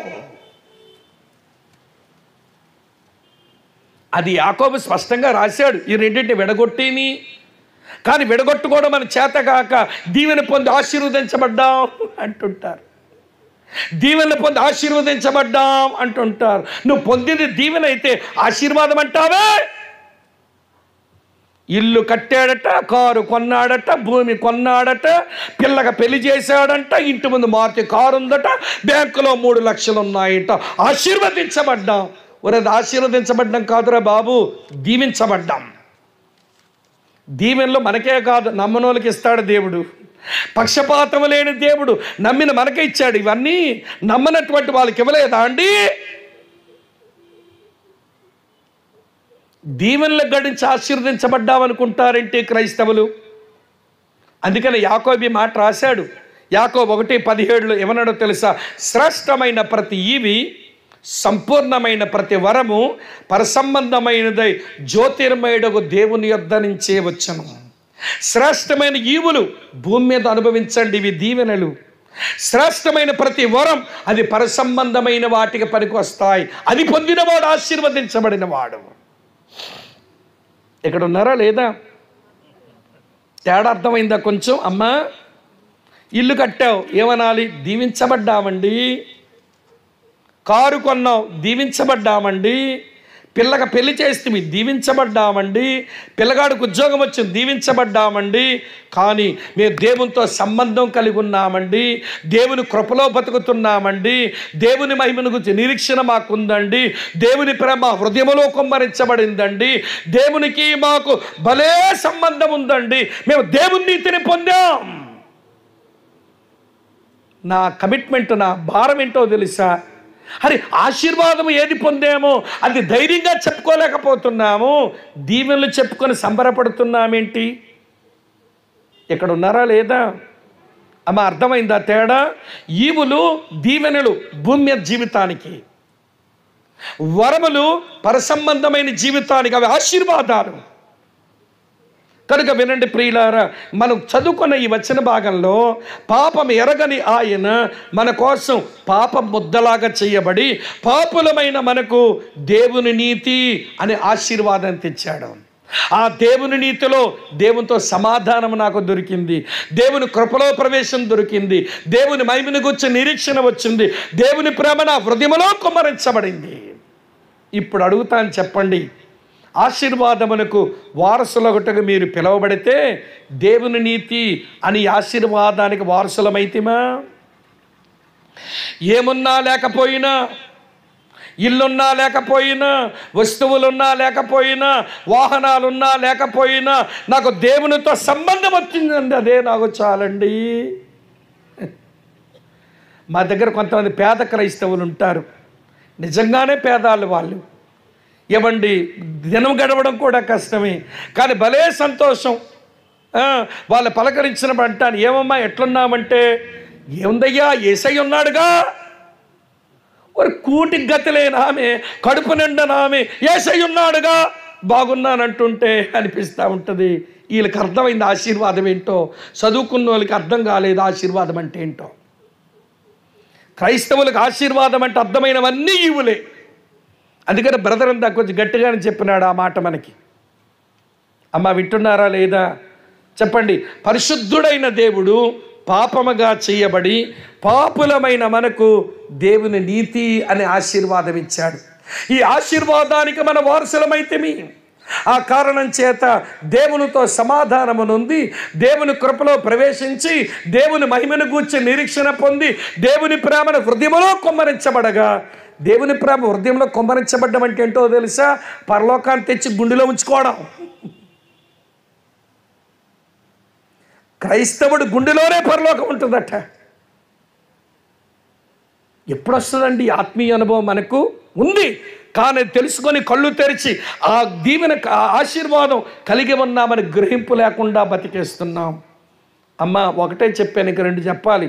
2 అయిపోయింది, ఇక పావుగంట ఉంది. భరిస్తే ఇంకో 10 నిమిషాలు ఎక్కువ పోతా. మీకు ఆకలి ఇస్తే కొంచెం ఆకలి మొఖాలు పెట్టండి, సొరకాయ మొఖాలు. అమ్మ ఆపేస్తాను అప్పుడు, సరేనా? మీరు చురుగ్గానే ఉంటే నేనేం చేసేది మరి? మీ ఆసక్తి నన్ను చెప్పించింది అన్నట్టు ఉంటుంది. మీకు ఆకలి అయితే కొంచెం విచారంగా కనబడండి, ముగిస్తా. నా ముందు లెక్క ప్రకారం 2:15 వరకు చెప్తానన్నాను, 2 అయింది. కానీ ఇక 2 ఆశీర్వాదాలు చెప్పాలి, కాబట్టి కొంచెం ఓపిక చేసుకోండి. రైట్, 2వ సంగతి చూద్దాం రండి. ఇక్కడ ఉన్నారా మీరంతా? గంపనో వేసుకొని పడిపోతున్నా, వండుకి అక్కడ పోతావురా అన్నట్టుగా చూడకండి అమ్మ, దండం పెడతా. ఏమంటే మొదట ఆశీర్వాదం దేవుని నీతి. 2వ చూద్దాం రండి. కొరింథీయులకు రాసిన 2వ పత్రిక 8వ అధ్యాయం 9వ వచనానికి వచ్చేయండి. కొరింథీయులకు రాసిన 2వ పత్రిక 8వ అధ్యాయం 9వ వచనం చదువుతాను చూడండి. మీరు మన ప్రభువైన యేసుక్రీస్తు కృపను ఎరుగుదురు కదా, ఆయన ధనవంతుడయ్యుండియు మీరు తన దారిద్ర్యం వలన ధనవంతులు కావాలనని మీ నిమిత్తము ఏమాయను? దరిద్రుడాయను. రండి, ఎక్కడున్న ఆశీర్వాదం ఏదో తర్వాత చెప్తాను, కానీ ముందు ఆ సిలువకు అప్పగించబడిన ఆయనలో ఏం జరిగిందో చూడండి. ధనవంతుడైన ఆయన దరిద్రుడైనాడట. ధనవంతుడైన ఆయన దరిద్రుడైనాడు. ఎంత ధనవంతుడైనా చదువుతాను చూడండి. కీర్తన గ్రంథం నుంచి 4వ కీర్తన మొదటి వచనం చూడండి ఏమి రాసిందో. 24 మొదటి వచనం. భూమియు దాని సంపూర్ణతయు లోకమును దాని నివాసులను యెహోవావే. భూమియు దాని సంపూర్ణత, లోకము దాని నివాసులు నావే అన్నాడు. కొంచెం వెనక్కి రండి, 50వ కీర్తన తెరవండి. ఇక్కడ కూడా మంచి మాటలు ఉంటాయి. 50వ కీర్తన చదువుతున్నాను చూడండి ప్రియులారా, 10వ వచనం. 50వ కీర్తన 10వ వచనం ఇలా ఉంది, ఇలా చదువుతాను. అడవి మృగములన్నీయు 1000 కొండల మీద పశువులన్నీయు నావే కదా, కొండలలోని పక్షులన్నిటిని నేను ఎరుగుదును, పొలములోని పశ్వాదులు నా వశమై ఉన్నవి, లోకము దాని సంపూర్ణత నావే అన్నాడు. ఎంత ధనవంతుడండి! హగ్గై గ్రంథం 2వ అధ్యాయంలో, హగ్గై పుస్తకం 2వ అధ్యాయంలో మీరు దేవుని పని చేయలేము, మా దగ్గర ఏమీ లేదు, మీరు దేవుని పని చేయలేము, మా దగ్గర ఏమీ లేదని నిష్ఠూరముతున్న మనుషులతో అంటున్నాడు దేవుడు. హగ్గై 2:8 ఇలా రాసి ఉంటుంది, ఏమంతో? వెండి నాది, బంగారము నాది, ఇదే సైన్యములకు అధిపతి యెహోవా వాక్కు, లోకము దాని సంపూర్ణత నావే, 1000 కొండల మీద పశువులు నావే, పొలములోని పశ్వాదులు నావే, వెండి నాది, బంగారము నాది. అంత ధనవంతుడు అమ్మ, ధనవంతుడు మనకు ఒక ఆశీర్వాదం తెచ్చిపెట్టేందుకు దరిద్రుడైనాడట. యేసు ప్రభు ఎప్పుడు దరిద్రుడు అంటే, వీళ్ళ పుట్టుకలో దరిద్రుడు కాదు. ఈ క్రైస్తవులకు ఆయన పుట్టుకలో ఏది పెద్ద దరిద్రత ఉన్నట్టు. క్రిస్మస్ రోజు తెగ సానుభూతి, అయ్యో ప్రభువా నీవు పుట్టడానికి చోటే లేదు, నువ్వు పరుండబెట్టడానికి స్థలమే లేదు, నీవు పశువుల తొట్టులో పరుండబెట్టారా, ఆ పశువుల తొట్టులో ఉన్న కర్ర మొక్కలు నీకు నిద్ర పట్టడం ఇవ్వడం లేదా, మీ జోల పడతాం ఏసయ్య బొజ్జావా, లాలమ్మ లాలి లాలి లాలి లాలి అని పాడరే బాలయేసునకు లాలి. పశువుల తొట్టులో ఆ కర్ర మొక్కలు గడ్డి పెరకలు నిద్రపచ్చడం లేదంటే ఏసయ్యకు వీళ్ళు బొజ్జోమని పాట పాడతారంట, లాలి పాట. సత్రములో స్థలము లేనందున పశువుల తొట్టులో పరుండబెట్టాడంత మాత్రాన ఆయన దరిద్రుడా అండి? సరే, ఆయన మందిరంలో తీసుకొచ్చారు మరియా యోసేపులు. ఏమర్పించినారు ఆ రోజున? కోడిదూడ నర్పించారా, మేక నర్పించారా, గొర్రె నర్పించారు? అయితే ధనవంతులే, ధనవంతుల ఇంట్లోనే ఉన్నట్టు. కానీ వారు కోడిదూడను కానీ గొర్రెను కానీ మేకను కానీ యేసయ్యను తెచ్చినప్పుడు అర్పించలేకపోయారు, కాబట్టి వాళ్ళని ధనవంతులు కాదన్నమాట. పోనీ బార్లీ పిండి, అది యవన పిండి, గోధుమ పిండి అర్పించారా అంటే లేదు, లేదే, ఆ రెండు అర్పించలేదు. అంటే వీళ్ళు దరిద్రులు, ఏమండి బికారి వాళ్ళు కాదన్నమాటే. మరి ఏమర్పించారు వాళ్ళు, ఏం తీసుకుని వచ్చారు అక్కడికి అని అంటే లూకా సువార్తలో మనం చూస్తాము 24వ వచనంలో చదువుతాను చూడండి. ప్రభు ధర్మశాస్త్రమందు చెప్పబడినట్టు గువ్వల జతనైనను 2 పావుర పిల్లలైనను బలిగా సమర్పించుటకు వారు ఆయనను యెరూషలేముకు తీసుకుని వచ్చారు. కనబడిందా? పావురాలు గువ్వలు తెచ్చారంటే మిడిల్ క్లాస్ ఫ్యామిలీ. యేసు ప్రభు పుట్టి పెరిగింది మిడిల్ క్లాస్ ఫ్యామిలీలో. పేదోడు కాదు, ధనికుడు కాదు. యేసయ్య మీద దరిద్రుడు, ఆయన భేదవాడని ఊరికే సానుభూతి చూపించి అయ్యయ్యో చుచ్చు అని మీ సానుభూతి ముసలి కన్నీరు కార్చకండి. మీ ముసలి కన్నీరు ఆయనకి అక్కర్లా. అయితే ఒక్కసారి ఆయన నక్కలకు బొరియలు ఉన్నాయి, ఆకాశ పక్షులు గూళ్ళున్నాయి, కానీ మనుష్య కుమారుడు తలవాల్చడానికి స్థలం లేదని చెప్పాల్సి వచ్చింది. ఎందుకంటే వెనకాల వచ్చినోడు ఏమడిగాడో తెలుసా? ప్రభువా, నువ్వు ఎక్కడుంటే నీతో పాటు అక్కడే ఉంటాను, నీ వెనకాల వస్తానన్నాడు. ఏ ఉద్దేశంతో అడిగాడు వాడు? యేసయ్యతో వెళితే గూడు గడుచుద్ది, కూడు గడుచుద్ది అనుకున్నాడు వాడు. దురుద్దేశంతో వెంబడిస్తానన్నాడు. అబ్బాయి, నక్కలకు బొరియలున్నాయి, ఆకాశ పక్షులు గూళ్ళున్నాయి, మనిషి కుమారుడు తలవాల్చడానికి స్థలం లేదని ఆ సందర్భంలో చెప్పాడు తప్ప ఆయన దరిద్రుడు కాదు. ఇలా చెప్తాను. ధనవంతుడు వచ్చినాడు ఒక ఆయన, నిత్య జీవానికి వారసుని అవ్వాలంటే ఏం చెయ్యమంటావని. అప్పుడు యేసయ్య అన్నారు, నీ ఆస్తి నమ్మి బీదలకిచ్చి నువ్వు వచ్చి నన్ను వెంబడించు. నీ ఆస్తి నమ్మి బీదవాడిని నాకిచ్చి నన్ను వెంబడించల్లా. నేనే బేదోడు కాదబ్బాయి. పోనీ మీ మొక్క మీద అడిగేస్తా ఒక మాట. మీ ఇంటికి అడుక్కునే వాళ్ళు వస్తారు కదా, వాళ్ళకి భిక్షం పెట్టడానికి మీ దగ్గర ఏమైనా ప్రత్యేకమైన నిధి ఉంటుందా? ఒక పెద్ద బియ్యపు డబ్బా, అందులో బోల్డంత బియ్యం. అడుక్కునే వాళ్ళు వచ్చి, అమ్మా మాతా కవలం తల్లి కొంచెం భిక్ష ముంచే పెట్టమ్మా అని అడిగితే ఆ పెట్టెలను తీసిచ్చి లేక సంచులను తీసిచ్చే దానికి ఒక బీదవాళ్ళ కొరకు పూర్ పీపుల్ ఫండ్ మీ ఇంట్లో ఉందా? మాట్లాడరే, లేదనే అర్థం, ఊరుకున్నారంటే. కానీ యేసయ్య దగ్గర అట్లా కాదు. పూర్ పీపుల్ ఫండ్ ఒక సంచి పెట్టినాడు. ఆ సంచి నుండి డబ్బులు ఉంచినాడు. ఆ డబ్బులు కాస్త ఇస్కరియోతు యోధా చేతిలో పెట్టాడు. బాబు, ఇవన్నీ పేదాలకు మనం ఇవ్వాలి అన్నాడు. దరిద్రుడా యేసు ప్రభు? ఇంకోలాగా అడుగుతాను. కొవ్వూరు మున్సిపాలిటీ అనుకుంటానుగా, మున్సిపాలిటీ ఓకే. ఇప్పుడు కొవ్వూరు మున్సిపాలిటీ వాళ్ళు వచ్చి రైల్వే స్టేషన్కి వెళ్ళి, బస్ స్టాండ్కి వెళ్ళి, రోడ్ల మీద తిరిగి అడుక్కునే దగ్గరికి వెళ్ళి పన్ను కట్టండ్రా అని అడిగారు అనుకోండి. మన కొవ్వూరు మున్సిపాలిటీ వాళ్ళు భిక్షగాల దగ్గర, దరిద్రుల దగ్గర పన్నులు అడుక్కుంటున్నారంటే ఇంతకంటే దిక్కుమాల మున్సిపాలిటీకి ఎక్కడ ఉంటుంది? దరిద్రుల్ని అడుక్కునే వాళ్ళు, ముష్టోళ్ళకి ఎవడు పన్నులు అడగరు. కానీ యేసయ్య దగ్గరకు వచ్చి అంటున్నారు, మీ బోధకుడు అరశకెల పన్ను చెల్లించడా? ఆ మాట యేసయ్యకి వినబడితే, పేతురు రానాయన కొంచెం గేలం పోయి, ఒక చేప దొరుకుతుంది, దాంట్లో షెకెల్ ఉంటుంది, అరశకెల్ నా పన్ను కట్టు, అరశకెల్ నీ పన్ను కట్టు అన్నాడు. పన్నులు కట్టాడండి ఆయన, దరిద్రుడేం కాదు. 5,000 మందికి ఒకేసారి కూర్చోబెట్టి భోజనం పెట్టాడు. 5,000 మంది ఒకేసారి కూర్చోబెట్టి భోజనం పెట్టాడు. ఆయనేమి దరిద్రుడు? పన్ను కట్టాడు, ఆయనేమి దరిద్రుడు? పేదవాళ్ళు వేరు, నేను వేరుని మాట్లాడుకున్నాడు, ఆయనేమి పేదవాడు? మరి ఎప్పుడు పేదవాడంటే ఆకాశానికి భూమికి మధ్య ఆ నిడిమి కర్ర, అడ్డుకర్ర మీద గోచిగుడ్డలతో వేలాడాడే, అది ఆయన దరిద్రత. పరలోకమునున్నప్పుడు దరిద్రుడు కాదు.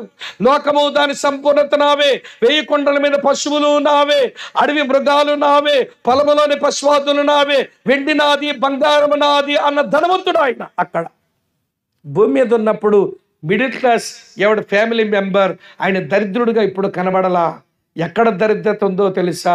సిలువ మీద గోచిగుడ్డలతో వేలాడుతున్నాడే, అది దరిద్రత. అర్థమవుతున్నదా మీకు? పరలోకం ఉన్నప్పుడు దరిద్రుడు కాదు, భూమి మీద ఉన్నప్పుడు దరిద్రుడు కాదు. ఆకాశానికి భూమికి మధ్య మన దరిద్రత అంతా మోసాడే, అప్పుడు దరిద్రుడు ఆయన. అంత ధనవంతుడు దరిద్రుడు ఎందుకు కావాల్సి వచ్చిందంటే, దరిద్రుడమైన మనల్ని ధనవంతులుగా చేయడానికి. బైబిల్ భాషలో ధనవంతులు అంటే కొంచెం మళ్ళీ అర్థం కావాలి.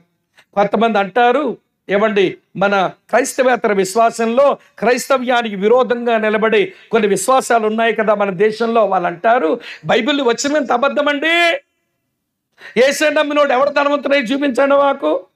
3 అంతస్తుల బిల్డింగ్ కట్టాడా, మారుతి కారు కొన్నాడా, 3 ఎకరాల భూమి కొన్నాడా, ఏమండి 3 ఎకరాలు ఆస్తి వెనకాల వీడుకుంది, ఏం ధనవంతులు అయ్యారండి? బైబిల్ భాషలో ధనవంతులు అవ్వడం అంటే ఏ సమయానికి ఏది కావాలో ఆ సమయానికి అది దేవుని వల్ల పొందినవాడే నిజమైన ధనవంతుడు. మళ్ళీ చెప్పనా, ఏ సమయానికి ఏది కావాలో అది దేవుని వలన ఆ సమయానికి పొందినోడే నిజమైన ధనవంతుడు. మా శ్రీకాకుళం పక్కని ఒక పేపర్ మిల్ ఉంది.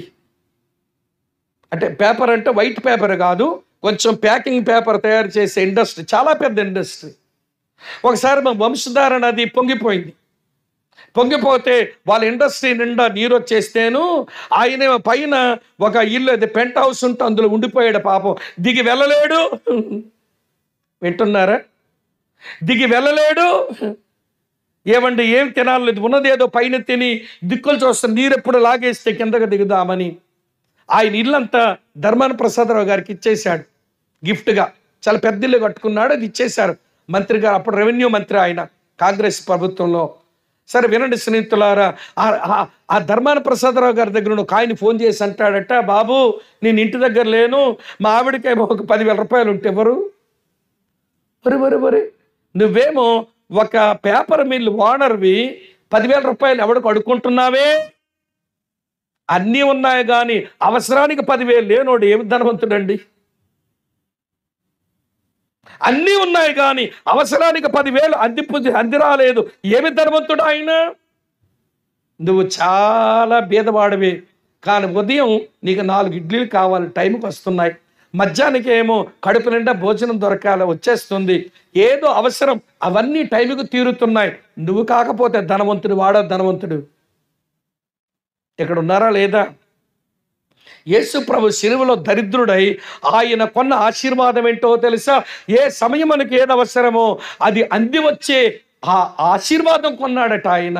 అందుకే పౌలు ఈ మాట రాశాడు. ఇది మంచి వాగ్దానం వచ్చిన మనందరికీ. ఫిలిప్పీ 4:19 చదవండి.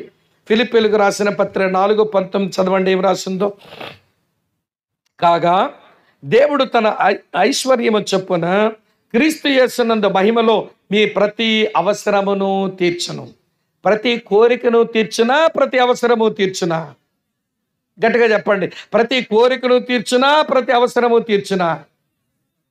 ప్రతి అవసరము తీర్చబడే ఆశీర్వాదం ఆయన దరిద్రుడై కొన్నాడు అక్కడ. మనకున్న దురలవాటు ఏంటంటే ప్రతి కోరిక తీరిపోవాలనుకుంటాం. చాలా సంవత్సరాల కిందట కోనసీమలో ఒక లంకలో వాక్యం చెప్తున్నాను. యవనస్తుడు అన్నా నాకు ఒక ప్రార్థన చేయండి అన్నాడు. చేస్తాను బ్రదర్, ఏం చేస్తుంటారు అని అడిగాను. ఒక లంక పేరు చెప్పాడు, అది నాకు తెలుసులండి. ఆ లంకలో ఎంతమంది ఉంటారో కూడా నాకు తెలుసు, అక్కడ సేవ చేస్తున్నాను అన్నాడు. మంచి తమ్ముడు, మంచి గ్రామం, ప్రేమ కలిగిన మనుషులు, వాళ్ళంతా వాళ్ళ మధ్య సేవ చేయి, ప్రభువులోకి నడిపించాలా మందిని, సంతోషం. ఏ ప్రార్థన చేయమంటామని అడిగాను. అమాయకంగా అంటాడు, ఏమీ లేదన్నా, హెలికాప్టర్లో తిరిగి సేవ చేయాలన్నది, ప్రార్థన చేయండి అన్నాడు. ఎందులో తిరిగి అంటమ్మా? ఆ లంకలో తిరిగి సేవ చేయడానికి నాకు తెలిసి ఆడు సైకిల్ కూడా అక్కర్లేదు, నడిచి తిరిగేస్తే 60 ఇల్లు తిరిగేయచ్చు వారం అంతట్లో. నీకు హెలికాప్టర్ ఎందుకు తమ్ముడు అంటే, కేయ్యపాలు తిరిగాడు కదన్నా అంటున్నాడు. పులికి మచ్చలున్నాయని నక్క వాతలు వేసుకుంటే నక్క ఒళ్ళు కాలి కుళ్ళిపోయి జబ్బై చచ్చుద్ది. నీకెందుకు ఆ మచ్చలు? ఈరోజు కొంతమందికి దీన్ని గుంతమ్మ కోరికలు అంటారు, కుంతమ్మ కోరికలు అంట. గుంతమ్మ అయింది కానీ ఒరిజినల్ కుంతికి బోల్డని కోరికలు అంట, అందుకని కుంతమ్మ కోరికలు అంటారు. నీకెందుకు ఆ కోరికలు? కోరికలు తీర్చడానికి యేసు దరిద్రుడు అవలా, నీ అవసరం తీర్చడానికి మాత్రం దరిద్రుడు అయ్యాడు. నా మాట బోధపడిందా? మన కోరికలు తీర్చడానికి దరిద్రుడు అవలా, మన అవసరాలు తీర్చడానికి దరిద్రుడు అయ్యాడు. ధనవంతుడైన దేవుడు శిలువ పైన దరిద్రుడుగా మారి దరిద్రుడమైన మనల్ని మన ప్రతి అవసరము తీర్చబడి ఆశీర్వాదం కొన్నాడు అక్కడ. ఇది అన్నిటికంటే గొప్ప ఆశీర్వాదం. ఇలా ఆలోచించడం రావట్లేదు మన వాళ్ళకి. ఏది ఆశీర్వాదం? ఆయుష్ పెరిగింది, ఆరోగ్యం వచ్చింది, ఆహారం వచ్చింది, అంత ఆస్తి వచ్చింది, అంతస్తులు కట్టాను, పిల్లకి పెళ్లి చేశాను, పిల్లగాడికి ఉద్యోగం వచ్చింది, పిల్లకి పెళ్లి చేశాను, పిల్లకి పిల్ల పుట్టింది. ఎంత ఆశీర్వదించాడు! ఓరి ఓరి, అవి ఆశీర్వాదాలు కాదురా బాబు. అమ్మ బాధపడుతున్నాదా? వినండి, పాపమెరగని ఆయన పాపముగా చెయ్యబడి పాపులమైన మనకు దేవుని నీతి అని ఆశీర్వాదం తెచ్చాడు. ధనవంతుడైన దేవుడు దరిద్రునిగా మారి దరిద్రులమైన మనకు ధనవంతులయ్యే, అనగా మన ప్రతి అవసరము తీర్చబడే ఆశీర్వాదము కొన్నాడు. ఈ ఆశీర్వాదం మన సొంతమైందా? దేవా, నువ్వు నాకున్నావు, నీలో నా ప్రతి అవసరము తీర్చబడుతుంది. నా వాళ్ళు ఉంటే ఎంత, ఉండకపోతే ఎంత, ప్రేమించే వాళ్ళు ఉంటే ఎంత, ఉండకపోతే ఎంత. నా అన్ని బాగున్నప్పుడు నా చుట్టూ అందరూ ఉన్నారు, నా ముసలితనం వచ్చాక అందరూ దూరం అయ్యారు. ప్రేమించే వాళ్ళు కొదువయ్యారు, ప్రేమగా పలకరించే వాళ్ళు కొదువయ్యారు, నా అవసరం తీర్చే వాళ్ళు నాకు దగ్గరగా లేరు అని ఏడ్చే ముసలాళ్ళని నేను ఎరుగుదును. మొన్నే మా చర్చిలో సీనియర్ సిటిజన్స్ మీటింగ్ పెట్టినారు. సీనియర్ సిటిజన్స్ వచ్చే ఛాలెంజెస్ గురించి మాట్లాడుతుంటే కొంతమంది ఏడ్చేస్తున్నారు. నీ చెప్పిన మాట నిజమేనట, ప్రేమించే కొడుకు దగ్గర లేడట, ముద్ద వేసేటువంటి కూతురు దగ్గర లేదట, భార్య చచ్చిపోయిందట. పాపి సీనియర్ సిటిజన్ ఏడ్చేస్తున్నాడు. ఓల్డ్ ఏజ్ ఛాలెంజెస్ ఎలాగ ఉంటాయని చెబుతుంటే ఏడుస్తున్నాడు. నేను వాక్యం అంతా చెప్పిన తర్వాత, అయ్యా ఎంత ప్రోత్సాహం వచ్చిందో, వీళ్ళుంటే ఎంత, లేకపోతే ఎంత, యేసయ్యా నా ప్రతి అవసరం తీర్చడానికి నాకు ఆశీర్వాదం ఇస్తే నేనెందుకంటే బాధపడ్డాం అని ప్రియులారా ఆ 71 కీర్తన అంతా చెప్పినాను వాళ్ళకి ఆ రోజు. సీనియర్ సిటిజన్ ఛాలెంజెస్ ఎలా ఉంటాయి, మీకున్న ఆశీర్వాదాలు ఇవని చెబితే ఎంత మురిసిపోయాడో ఆ ముసలాయన.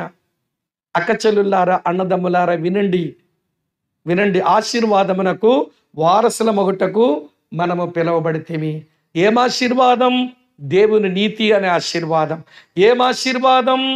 దేవుని ద్వారా ప్రతి అవసరము తీర్చబడే ఆశీర్వాదం. 2 చెప్పాను, నాకు 2:20 అయిపోయింది. ఒక్క 7-8 నిమిషాలు ఓపిక పట్టండి, 3వది కూడా చెప్పి ముగించేస్తా, లేకపోతే అసంపూర్ణం అయిపోతుంది. అమ్మ వింటారా మీరు? రండి, గలతీయులకు రాసిన పత్రిక 3వ అధ్యాయం చివరి విషయం. గలతీయులకు రాసిన పత్రిక 3వ అధ్యాయం 13-14 వచనాలు చూడండి. ఆత్మను గూర్చిన వాగ్దానం విశ్వాసం వలన మనకు లభించినట్లు అబ్రహాము పొందిన ఆశీర్వచనము క్రీస్తు యేసు ద్వారా అన్యజనులకు కలుగుటకై క్రీస్తు మన కోసము శాపమై మన ధర్మశాస్త్రం యొక్క శాపము నుండి విమోచించెను. ఇందును గూర్చి మ్రాణ మీద వ్రేలాడిన ప్రతి వాడును శాపగ్రస్తుడు అని వ్రాయబడి ఉన్నది. ప్రియులారా, ఈ వచనంలో ఆశీర్వాదం ఏంటో తర్వాత చెప్తాను. ముందు ఆశీర్వాదానికి కర్తైన దేవుడు శాపగ్రస్తుడైనాడు. ఎందుకంటే ధర్మశాస్త్రంలో ఉంది, మ్రాణ మీద వ్రేలాడిన ప్రతి వాడును ఏమగును? శాపగ్రస్తుడగును. ఆశీర్వాదానికి మూలం, ఆశీర్వాదానికి కర్త, ఆశీర్వాదానికి మాధ్యమమైన యేసుక్రీస్తు ప్రభువు శాపగ్రస్తుడుగా శిలువ మీద వ్రేలాడినాడు. ఎందుకో తెలుసా? శాపగ్రస్తులమైన మనకు ఏదో కొన్ని తేడానికి మనం శాపగ్రస్తులం. మీరు అనొచ్చు, ఏ విషయంలో శాపగ్రస్తులం అంటారా? నూతన నిబంధన 2 శాపాలు చెప్పింది. పాత నిబంధనలో బొండని శాపాలు ఉన్నాయి, 2 వదిలేసేయండి. నూతన నిబంధన 2 శాపాలు చెప్పింది. మొదటి శాపం చదువుతాను చూడండి, కొరింథీయులకు రాసిన మొదటి పత్రిక. అమ్మ అర్థమవుతున్నదా నా గోడు? అమ్మ బాధపడుతుందా? 1 కొరింథీ పత్రిక 16:22 చూడండి ఏమి రాసిందో.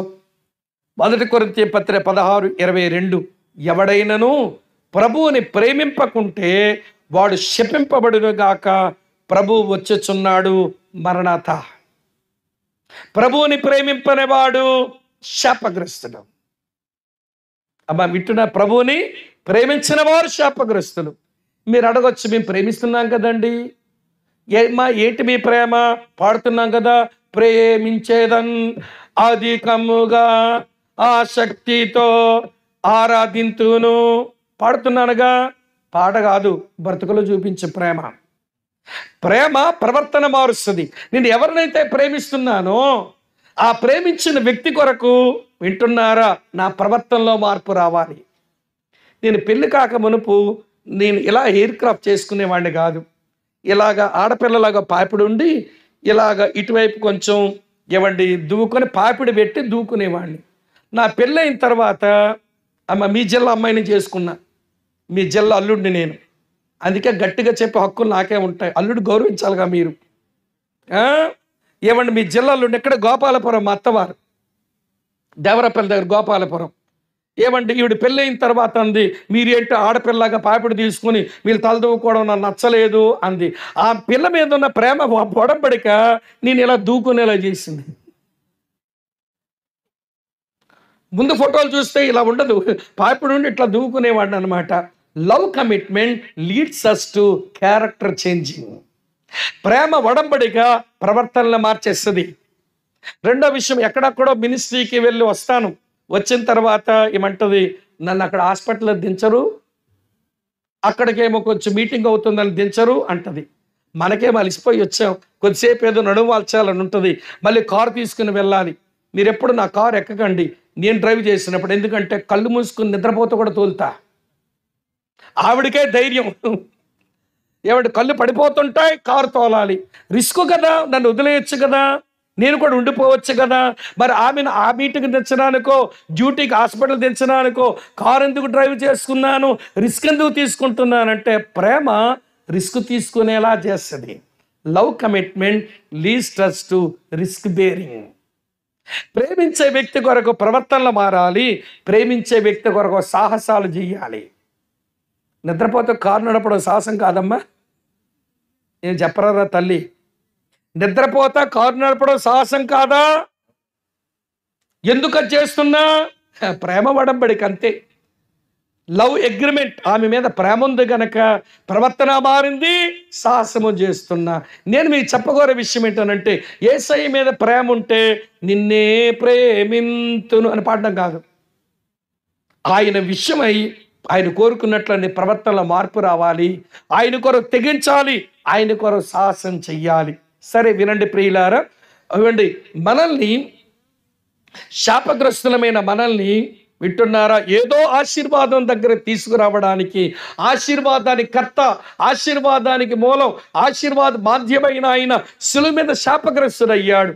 ఎందుకంటే శాపగ్రస్తులు మనం ఏ విషయంలో శాపగ్రస్తులం అంటే, వింటున్నారా మీరు, ప్రభువుని ప్రేమింపని శాపగ్రస్తులం.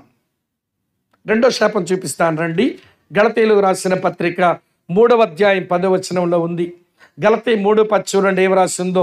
ధర్మశాస్త్రము విధించిన క్రియలకు సంబంధులందరూ శాపమునకు లోనై ఉన్నారు.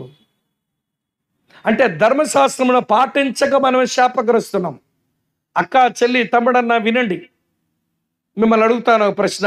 ధర్మశాస్త్రంలో ఇన్నాజ్ఞలు ఉన్నాయని అనుకుంటా మనం? చెప్పరే. అది సండే స్కూల్ పిల్లల జవాబు. పెద్దోళ్ళు చెబితే కర్రలు కట్టేసి సిలువే చంపేయాలి మిమ్మల్ని. 10 ఆజ్ఞలు సండే స్కూల్ పిల్లల జవాబమ్మ. 10 ఆజ్ఞలు. ధర్మశాస్త్రంలో 10 ఆజ్ఞలు లేవు, 613 ఆజ్ఞలు ఉన్నాయి. సంస్కారపాజ్ఞలు, నైతిక ఆజ్ఞలు, సాంఘిక ఆజ్ఞలు, భోజనపాజ్ఞలు, సెర్మోనియల్లా, సివిల్లా, సోషల్లా, ఫుడ్లా అన్నీ కలిపితే 613 ఆజ్ఞలు ఇచ్చినాడు దేవుడు ధర్మశాస్త్రంలో. ధర్మశాస్త్రం విధించిన కట్టడల యందు నిలకడగా ఉండని ప్రతివాడు శాపగ్రస్తుడు. అనగా ధర్మశాస్త్రం పాటించిన వారు శాపగ్రస్తులే. ఇప్పుడు మిమ్మల్ని అడగాలి ఒక 2 మాటలు. పులుసు ఎంతమందికి ఇష్టం? పులస కూర ఎంతమందికి ఇష్టం? దానికి అడగాలి ఏంటండి, పుస్తులమ్ముకైనా పులస తినాలి కదా. అందుకే ధవళేశ్వరం బ్రిడ్జి దగ్గరికి వెళ్ళి పులస కొనుక్కుంటున్నాం, కేజీ 2500 రూపాయలైనా అంటారేమో మీరు. పులసకు ఉన్న పులుసు అమ్మ వింటున్నారా, బిల్ల పులుసా లేకపోతే ఇసుక పులుసా చెప్పండి?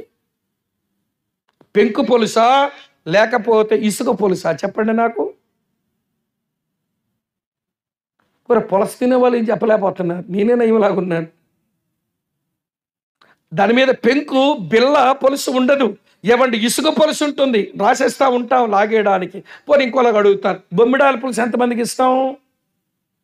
మస్తు మెక్కుతాం బొమ్మిడాల పులుసు అంటే.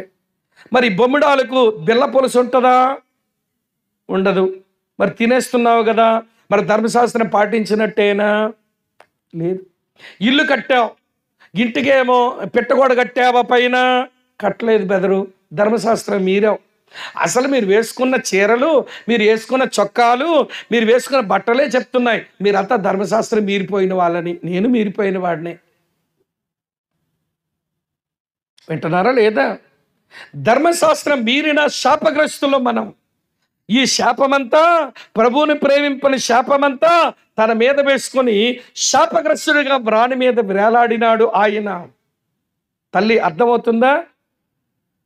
ఆశీర్వాదానికి మూలమైన దేవుడు శిలువ మీద శాపగ్రస్తుడిగా వేలాడి శాపగ్రస్తులమైన మనకు ఒకడు కొన్నాడు. అదేంటో తెలుసా? ఆశీర్వాదం. దాని పేరే ఆశీర్వచనం. అబ్రాహాము పొందిన ఆశీర్వచనం ఏమిటట? అబ్రహాము, నీయందు భూమి మీద ఉన్న సమస్త జనులను ఆశీర్వదిస్తాను. అదే మాట ఇస్సాకుతో చెప్పాడు. ఇస్సాకు, నీయందు భూమి మీద ఉన్న సమస్త జనులను ఆశీర్వదిస్తాను. అంటే నీవే అనేకులకు ఆశీర్వాదకరంగా ఉంటావు. మన శాపమంతా మోసి అబ్రహాము పొందిన ఆశీర్వచనం కొని మనకిచ్చాడు. మనం ఎవరమో తెలుసా? ఆశీర్వాదానికి వారసులం. ఏ ఆశీర్వాదం? అనేకులకు ఆశీర్వాదంగా మారే ఆశీర్వాదం. క్రైస్తవ పరిభాషలో ఆశీర్వదించబడ్డం అంటే ఏంటో తెలుసా అండి? క్రైస్తవ పరిభాషలో, లేఖనాల వెలుగులో ఆశీర్వదించబడ్డం అంటే ఏంటో తెలుసా? నీవు అనేకులకు ఆశీర్వాదకరంగా మారిపోవడం.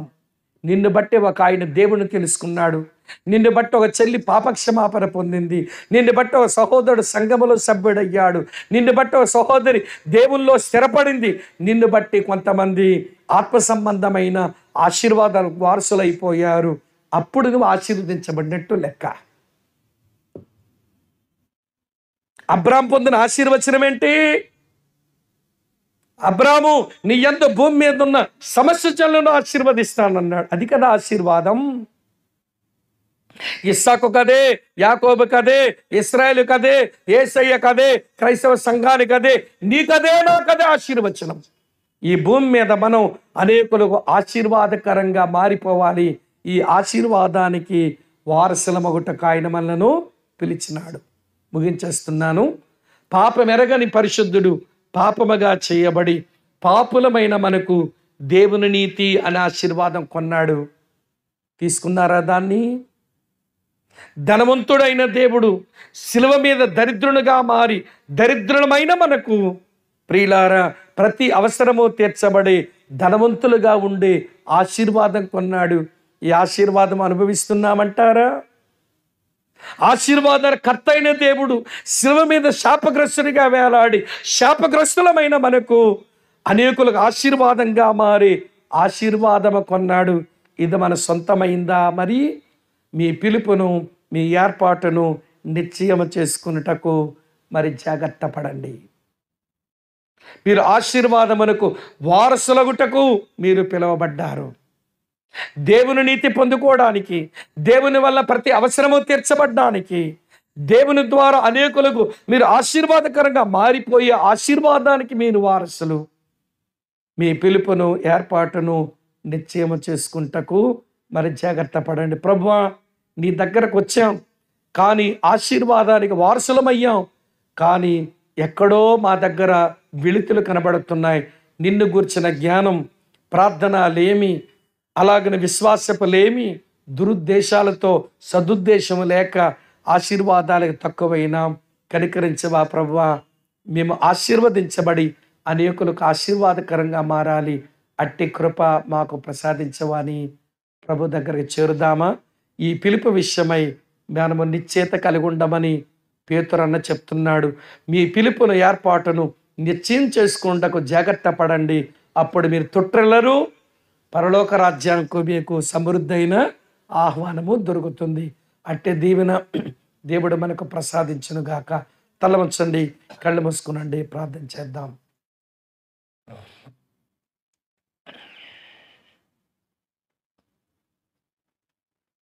ప్రేమపూర్ణుడైన తండ్రి, ఆశ్రమంలో ఏర్పాటు చేయబడిన ఈ 4 దినాల మంచి కూడికల్లో మొదటి రోజు పగటిపూట మా ముందుకు మీరు తెచ్చిన లేఖన భాగాల కొరకై మీకు స్తోత్రాలు చెల్లిస్తున్నాం.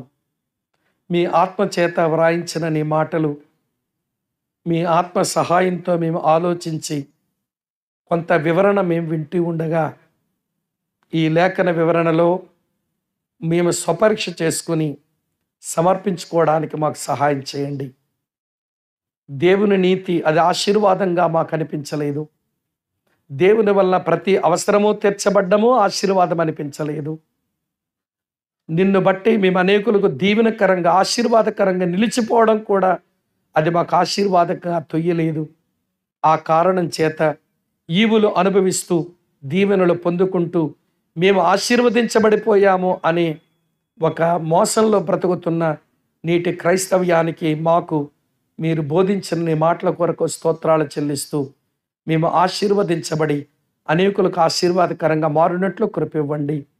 మా పిలుపును ఏర్పాటును నిశ్చయం చేసుకునే దిశగా మా అడుగులు మీరు కదిలించండి. మాలో ఎవరు నిన్ను గూర్చిన జ్ఞానాలేమితో, ప్రార్థనలేమితో, విశ్వాసపులేమితో, సదుద్దేశపులేమితో ఎవరము ఇక్కడ ఉండి మీరిచ్చే ఆశీర్వాదాలకు మేము అపాత్రులంగా మిగిలిపోకుండా మమ్మల్ని పాత్రులుగా చేయమని, ఇంకా మా ముందున ప్రతి కూడిక అది దీవెనకరంగా జరిగించి మమ్మలను దర్శించమని, మహిమా ఘనత ప్రభావాలు మందర ద్వారా మీరే పొందండి. మధ్యాహ్నపు వేళ జరిగే కూడికలో నీ దాసుని బలపరచము. రాత్రి వేళ జరిగే కూడికలో మాతో మాట్లాడము. ఓ ప్రభువా, ఈ కూడికల ఫలము నిలిచినట్లు నీ సేవకులు, బాధ్యత గల సహోదరులు, ఈ కుటుంబాలు పడుతున్న ప్రయాస ఫలమిమ్మని యేసుక్రీస్తు నామాన్న స్తోత్రించి ఆరాధించి మీకే ప్రార్థిస్తున్నాము తండ్రి. ఆమెన్. Thank you.